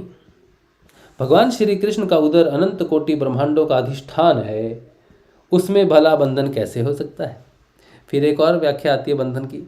भगवान जिसको अपनी कृपा प्रसाद पूर्ण दृष्टि से देख लेते हैं वही सर्वदा के लिए बंधन से मुक्त हो जाता है। यशोदा माता अपने हाथों से जो रस्सी उठाती उसी पर श्री कृष्ण की दृष्टि पड़ जाती, वह स्वयं मुक्त हो जाती, फिर उसमें गांठ कैसे लगती। कितनी सुंदर बात है ये, कितनी सुंदर बात है। 5वीं व्याख्या आती है, कोई साधक यदि अपने गुणों के द्वारा भगवान को रिझाना चाहे तो नहीं रिझा सकता। मानो यही सूचित करने के लिए कोई भी गुण यानी कि रस्सी भगवान के उदर को पूर्ण करने में समर्थ नहीं है। हम ना अपने किसी गुण से ना भगवान को ना नहीं रिझा सकते। कैसे रिझेंगे, कैसे रिझेंगे भगवान? प्रेम से, प्रेम से रिझ जाना चाहिए। ठीक है, चलो। फिर इस प्रकार वे ज्यों ज्यों रस्सी लाती और जोड़ती गईं, त्यों तो जुड़ने पर भी वे सब 2-2 अंगुल छोटी पड़ती गईं। फिर इसकी व्याख्या आती है, छोटी कैसे पड़ती गई वो रस्सी? रस्सी 2 उंगल ही कम क्यों हुई? 2 उंगल ही रस्सी कम क्यों हुई? इस पर क्या कहते हैं? पहली बात कहते हैं, भगवान ने सोचा कि जब मैं शुद्ध हृदय भक्त जनों को दर्शन देता हूँ तब मेरे साथ एकमात्र सत्व गुण से ही संबंध की स्फूर्ति होती है, रज और तम से नहीं। इसलिए उन्होंने रस्सी को 2 उंगल कम करके अपना भाव प्रकट किया, यानी कि 2 उंगल कम कर दिया, मतलब तमोगुण रजोगुण हटा दिया। उन्होंने विचार किया कि जहाँ नाम और रूप होते हैं वहीं बंधन भी होता है। मुझ परमात्मा में बंधन की कल्पना कैसे, जबकि ये दोनों ही नहीं। 2 अंगुल की कमी का यही रहस्य है। किसका? रूप का और नाम का भी बंधन हटा दिया। फिर कहते हैं 2 वृक्षों का उद्धार करना है, यही क्रिया सूचित करने के लिए रस्सी 2 उंगल कम पड़ गई। तो भगवत कृपा से द्वैतानुरागी भी मुक्त हो जाता है और असंग भी प्रेम से बंध जाता है। यही दोनों भाव सूचित करने के लिए रस्सी 2 उंगल कम हो गई। बहुत सुंदर बात है। 5वीं बात, यशोदा माता ने छोटी बड़ी अनेकों रस्सियां अलग अलग और एक साथ ही भगवान की कमर में लगा दी, परंतु वे पूरी ना पड़ी, क्योंकि भगवान में छोटे बड़े का कोई भेद ही नहीं। रस्सियों ने कहा, भगवान के समान अनंतता, अनादिता और विभूता हम लोगों में नहीं है, इसलिए इनको बांधने की बात बंद करो। अथवा जैसे नदियां समुद्र में समा जाती हैं वैसे ही सारे गुण, सारी रस्सियां, अनंत गुण भगवान में लीन हो गए, अपना नाम रूप खो बैठे। यही 2 भाव सूचित करने के लिए रस्सियां 2 उंगल की न्यूनता हुई। सुंदर।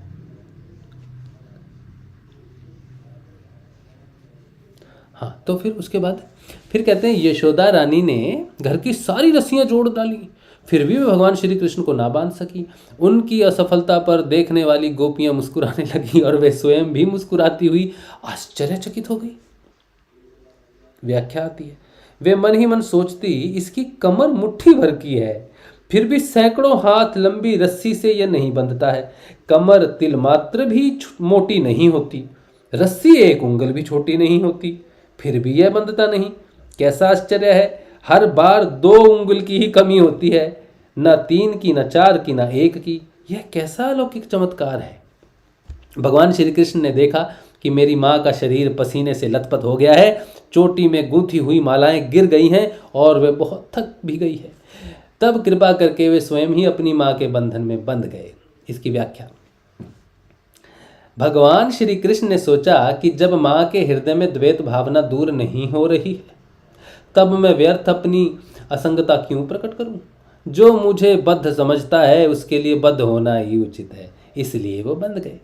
दूसरी व्याख्या, मैं अपने भक्त के छोटे से गुण को भी पूर्ण कर देता हूँ। यह सोचकर भगवान यशोदा माता के गुण यानी रस्सी को अपने बांधने योग्य बना लिए। तीसरी बात क्या सोची, यद्यपि मुझ पे, यह व्याख्याकार बोल रहा है, यद्यपि मुझ में अनंत अचिंत्य कल्याण गुण निवास करते हैं, तथापि तब तक वे अधूरे ही रहते हैं जब तक मेरे भक्त अपने गुणों की मुहर उन पर नहीं लगाते थे। कितनी सुंदर बात है। कोई गुण भी तब तक गुण भगवान नहीं मानते जब तक उसके भक्त उस गुण को धारण नहीं करते। यही सोचकर यशोदा मैया के गुण वात्सल्य, स्नेह आदि और रज्जु से अपने को पूर्णोदर दामोदर बना लिया। फिर उसके बाद भगवान श्री कृष्ण इतने कोमल हृदय हैं कि अपने भक्त के प्रेम को पुष्ट करने वाला परिश्रम भी सहन नहीं करते। वे अपने भक्त को परिश्रम से मुक्त करने के लिए स्वयं ही बंधन स्वीकार कर लेते हैं। कितना सुंदर है। भगवान ने, अगली बात आती है, भगवान ने अपने मध्य भाग में बंधन स्वीकार करके यह सूचित किया कि मुझ में तत्व दृष्टि से बंधन है ही नहीं, क्योंकि जो वस्तु आगे पीछे ऊपर नीचे नहीं होती, केवल बीच में ही भासती है, वह झूठी होती है। इसी प्रकार यह बंधन भी झूठा है। छठी व्याख्या, भगवान किसी की शक्ति, साधन या सामग्री से नहीं बंधते। यशोदा जी के हाथों श्याम सुंदर को ना बंधते देखकर पास पड़ोस की ग्वालिन इकट्ठी हो गई और कहने लगी, यशोदा जी, लाला की कमर तो मुट्ठी भर की ही है और छोटी सी किंकणी इसमें रुनझुन कर रही है। अब यह इतनी रस्सियों से नहीं बंधता, तो जान पड़ता है कि विधाता ने इसके ललाट में बंधन लिखा ही नहीं है, इसलिए अब तुम यह उद्योग छोड़ दो। यशोदा मैया ने कहा, चाहे संध्या हो जाए और गांव भर की रस्सी क्यों ना इकट्ठी करनी पड़े, पर मैं तो इसे बांध कर ही छोड़ूंगी।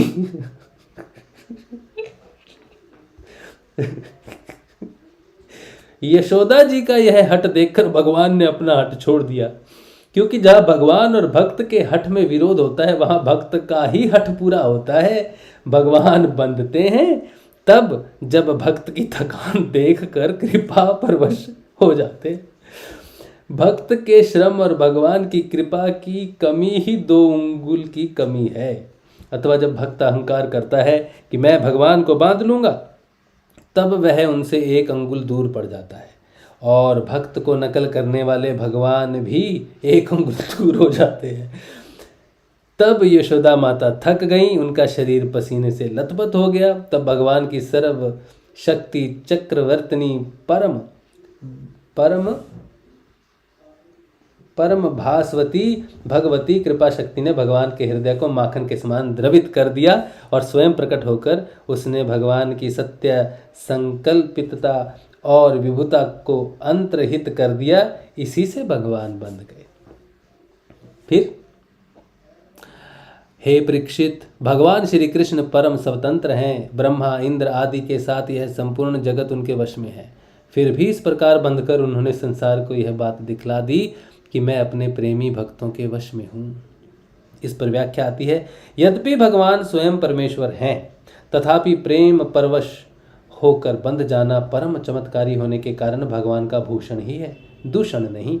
आत्मा राम होने पर भी भूख लगना, पूर्ण काम होने पर भी अतृप्त रहना, शुद्ध सत्व स्वरूप होने पर भी क्रोध करना, खाराज्य लक्ष्मी से युक्त होने पर भी चोरी करना, महाकाल यम आदि को भय देने वाले होने पर भी डरना और भागना, मन से भी तीव्र गति वाले होने पर भी माता के हाथों पकड़े जाना, आनंदमय होने पर भी दुखी होना, रोना, सर्वव्यापक होने पर भी बंध जाना, यह सब भगवान की स्वाभाविक भक्तवश्यता है। जो लोग भगवान को नहीं जानते हैं, उनके लिए तो इसका कुछ उपयोग नहीं है, परंतु जो श्री कृष्ण को भगवान के रूप में पहचानते हैं, उनके लिए यह अत्यंत चमत्कारी वस्तु है और यह देखकर जानकर उनका हृदय द्रवित हो जाता है, भक्ति प्रेम से सराबोर हो जाता है। ओहो, विश्वेश्वर प्रभु अपने भक्तों के हाथों ऊखल में बंधे हुए हैं। फिर, यह गोपी का नंदन भगवान अनन्य प्रेमी भक्तों के लिए जितने सुलभ हैं, उतने देहाभिमानी कर्मकांडी एवं तपस्वियों को तथा अपने स्वरूप भूत ज्ञानियों के लिए भी नहीं है। फिर व्याख्या आती है, कहते हैं, क्या कहते हैं, इससे पहले की व्याख्या होनी चाहिए थी।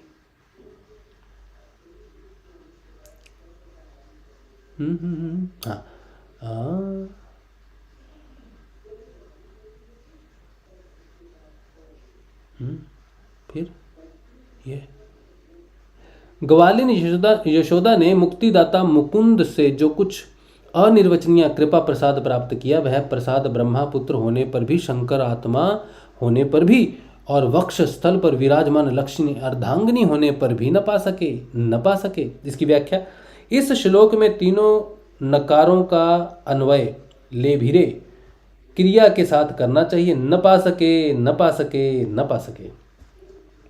कौन न पा सके, क्या न पा सके, फिर से पढ़ लो। ग्वालिन यशोदा ने मुक्तिदाता मुकुंद से जो कुछ अनिर्वचनीय कृपा प्रसाद प्राप्त किया, वह प्रसाद ब्रह्मा पुत्र होने पर भी, शंकर आत्मा होने पर भी और वक्ष स्थल पर विराजमान लक्ष्मी अर्धांगिनी होने पर भी न पा सके, न पा सके, न पा सके। यह गोपिका नंदन भगवान अनन्य प्रेमी भक्तों के लिए जितने सुलभ हैं, उतने देहाभिमानी कर्म कांडी एवं तपस्वियों को तथा अपने स्वरूप भूत ज्ञानियों के लिए भी नहीं है। ज्ञानी पुरुष भी भक्ति करें तो उन्हें इन सगुण भगवान की प्राप्ति हो सकती है, परंतु बड़ी कठिनाई से। उखल बंधे भगवान सगुण है, वे निर्गुण प्रेमी को कैसे मिलेंगे। आय हाय हाय, सुंदर, बड़ी सुंदर बात है। क्या देखो, जो निर्गुण को कहते हैं ना, निर्गुण भी भाई हमें तो निर्गुण को मानते हैं, सगुण को मानते नहीं। उनकी बात हो रही है कि ये जो लीला है ना भगवान की, उखल से बंध जाना उस निर्गुण का, तुम तो निर्गुण को मानते हो, सगुण को मानते नहीं। और तुम सगुण को मानते नहीं ना, तो ये जो लीला का प्रसाद है ना, हाँ, ये तुम्हें नहीं मिलेगा। क्यों? क्योंकि शंकर आत्मा है, वो सब जानता है, उसको ना मिला। लक्ष्मी माता सब जानती है, उसको ना मिला। ब्रह्मा का पुत्र होने से भी तुमको ना मिलेगा, क्योंकि तुम ये मानते हो कि भगवान तो निर्गुण निराकार हैं। तो वो भक्त ही हैं जो भगवान की पूजा करते हैं, भगवान के विग्रह की पूजा करते हैं। तो अब जिसे आनंद आएगा ना भगवान की लीला सुनने में, उसे तभी आएगा जब उसे भगवान के विग्रह से प्रेम हो। जो भगवान को स्वरूप में नहीं मानता, वो भगवान की लीला का आनंद नहीं ले सकता। उसके हृदय में ये बात घुसेगी नहीं, क्योंकि वो तो सिर्फ उसे ही मानता है, उसके निर्गुण स्वरूप के सगुण स्वरूप को तो मानता नहीं है। बड़े दुख की बात है, बड़े दुख की बात है। वंचित रह गए तुम, बड़े दुख की बात है। हाय, चलो आगे। तो इसके बाद नंद रानी यशोदा जी तो घर के काम धंधों में उलझ गईं, और उखल में बंधे हुए भगवान श्याम सुंदर ने उन दोनों अर्जुन वृक्षों को मुक्ति देने की सोची, जो पहले यक्षराज कुबेर के पुत्र थे। स्वयं बंधकर भी बंधन में पड़े हुए यक्षों की मुक्ति की चिंता करना सतपुरुष के सर्वथा योग्य है। जब यशोदा माता की दृष्टि श्री कृष्ण से हटकर दूसरों पर पड़ती है, तब वे भी किसी दूसरे को देखने लगते हैं और ऐसा उधम मचाते हैं कि सबकी दृष्टि उनकी ओर खिंच आए। देखिए पूतना, शक्टासुर, तृणाव्रत आदि का प्रसंग। फिर अच्छा, इनके नाम थे, जो कुबेर के पुत्र थे, वो यक्षराज कुबेर के पुत्र थे। अर्जुन वृक्षों को मुक्ति देने की सोची।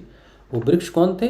यक्षराज कुबेर के पुत्र थे। इनके नाम थे नलकुबेर और मणिग्रीव। इनके पास धन, सौंदर्य और ऐश्वर्य की पूर्णता थी। इनका घमंड देखकर ही देवऋषि नारद जी ने इन्हें शाप दे दिया था और ये वृक्ष हो गए थे। ये अपने भक्त कुबेर के पुत्र हैं। ये अपने भक्त कुबेर के पुत्र हैं, इसलिए इनका अर्जुन नाम है। ये देवऋषि नारद के द्वारा दृष्टिपूत किए जा चुके हैं, इसलिए भगवान ने उनकी ओर देखा। जिसे पहले भक्ति की प्राप्ति हो जाती है, उस पर कृपा करने के लिए स्वयं बंध कर भी भगवान जाते हैं। बहुत सुंदर बात है, बहुत सुंदर बात है।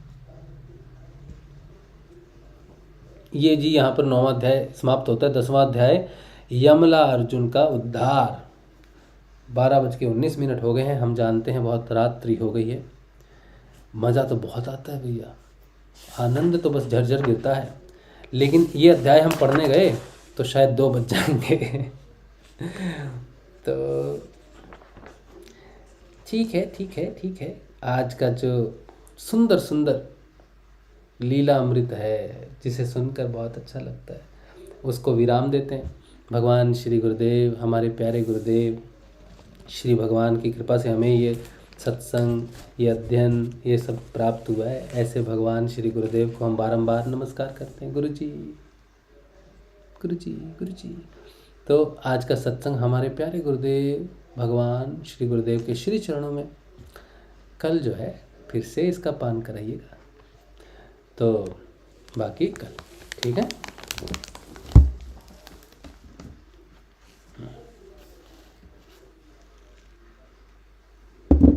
चलिए,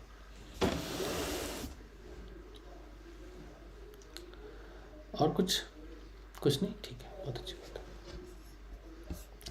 चलिए, तो फिर आज का सत्संग श्री गुरुदेव के श्री चरणों में कल मिलेंगे हम लोग। कल के ध्यान, और कल का ध्यान होगा कि नहीं होगा मालूम नहीं है, डिपेंडिंग अपॉन कि थेरेपी का क्या समय है। और कोई सहयोग करना चाहे सत्संग में, थेरेपी के लिए हमें ज़रूरत है तो कर दे, कृपा होगी, नहीं तो फिर जो है तो है। ठीक है, चलो, जय श्री गुरुदेव, जय श्री दादा गुरुदेव।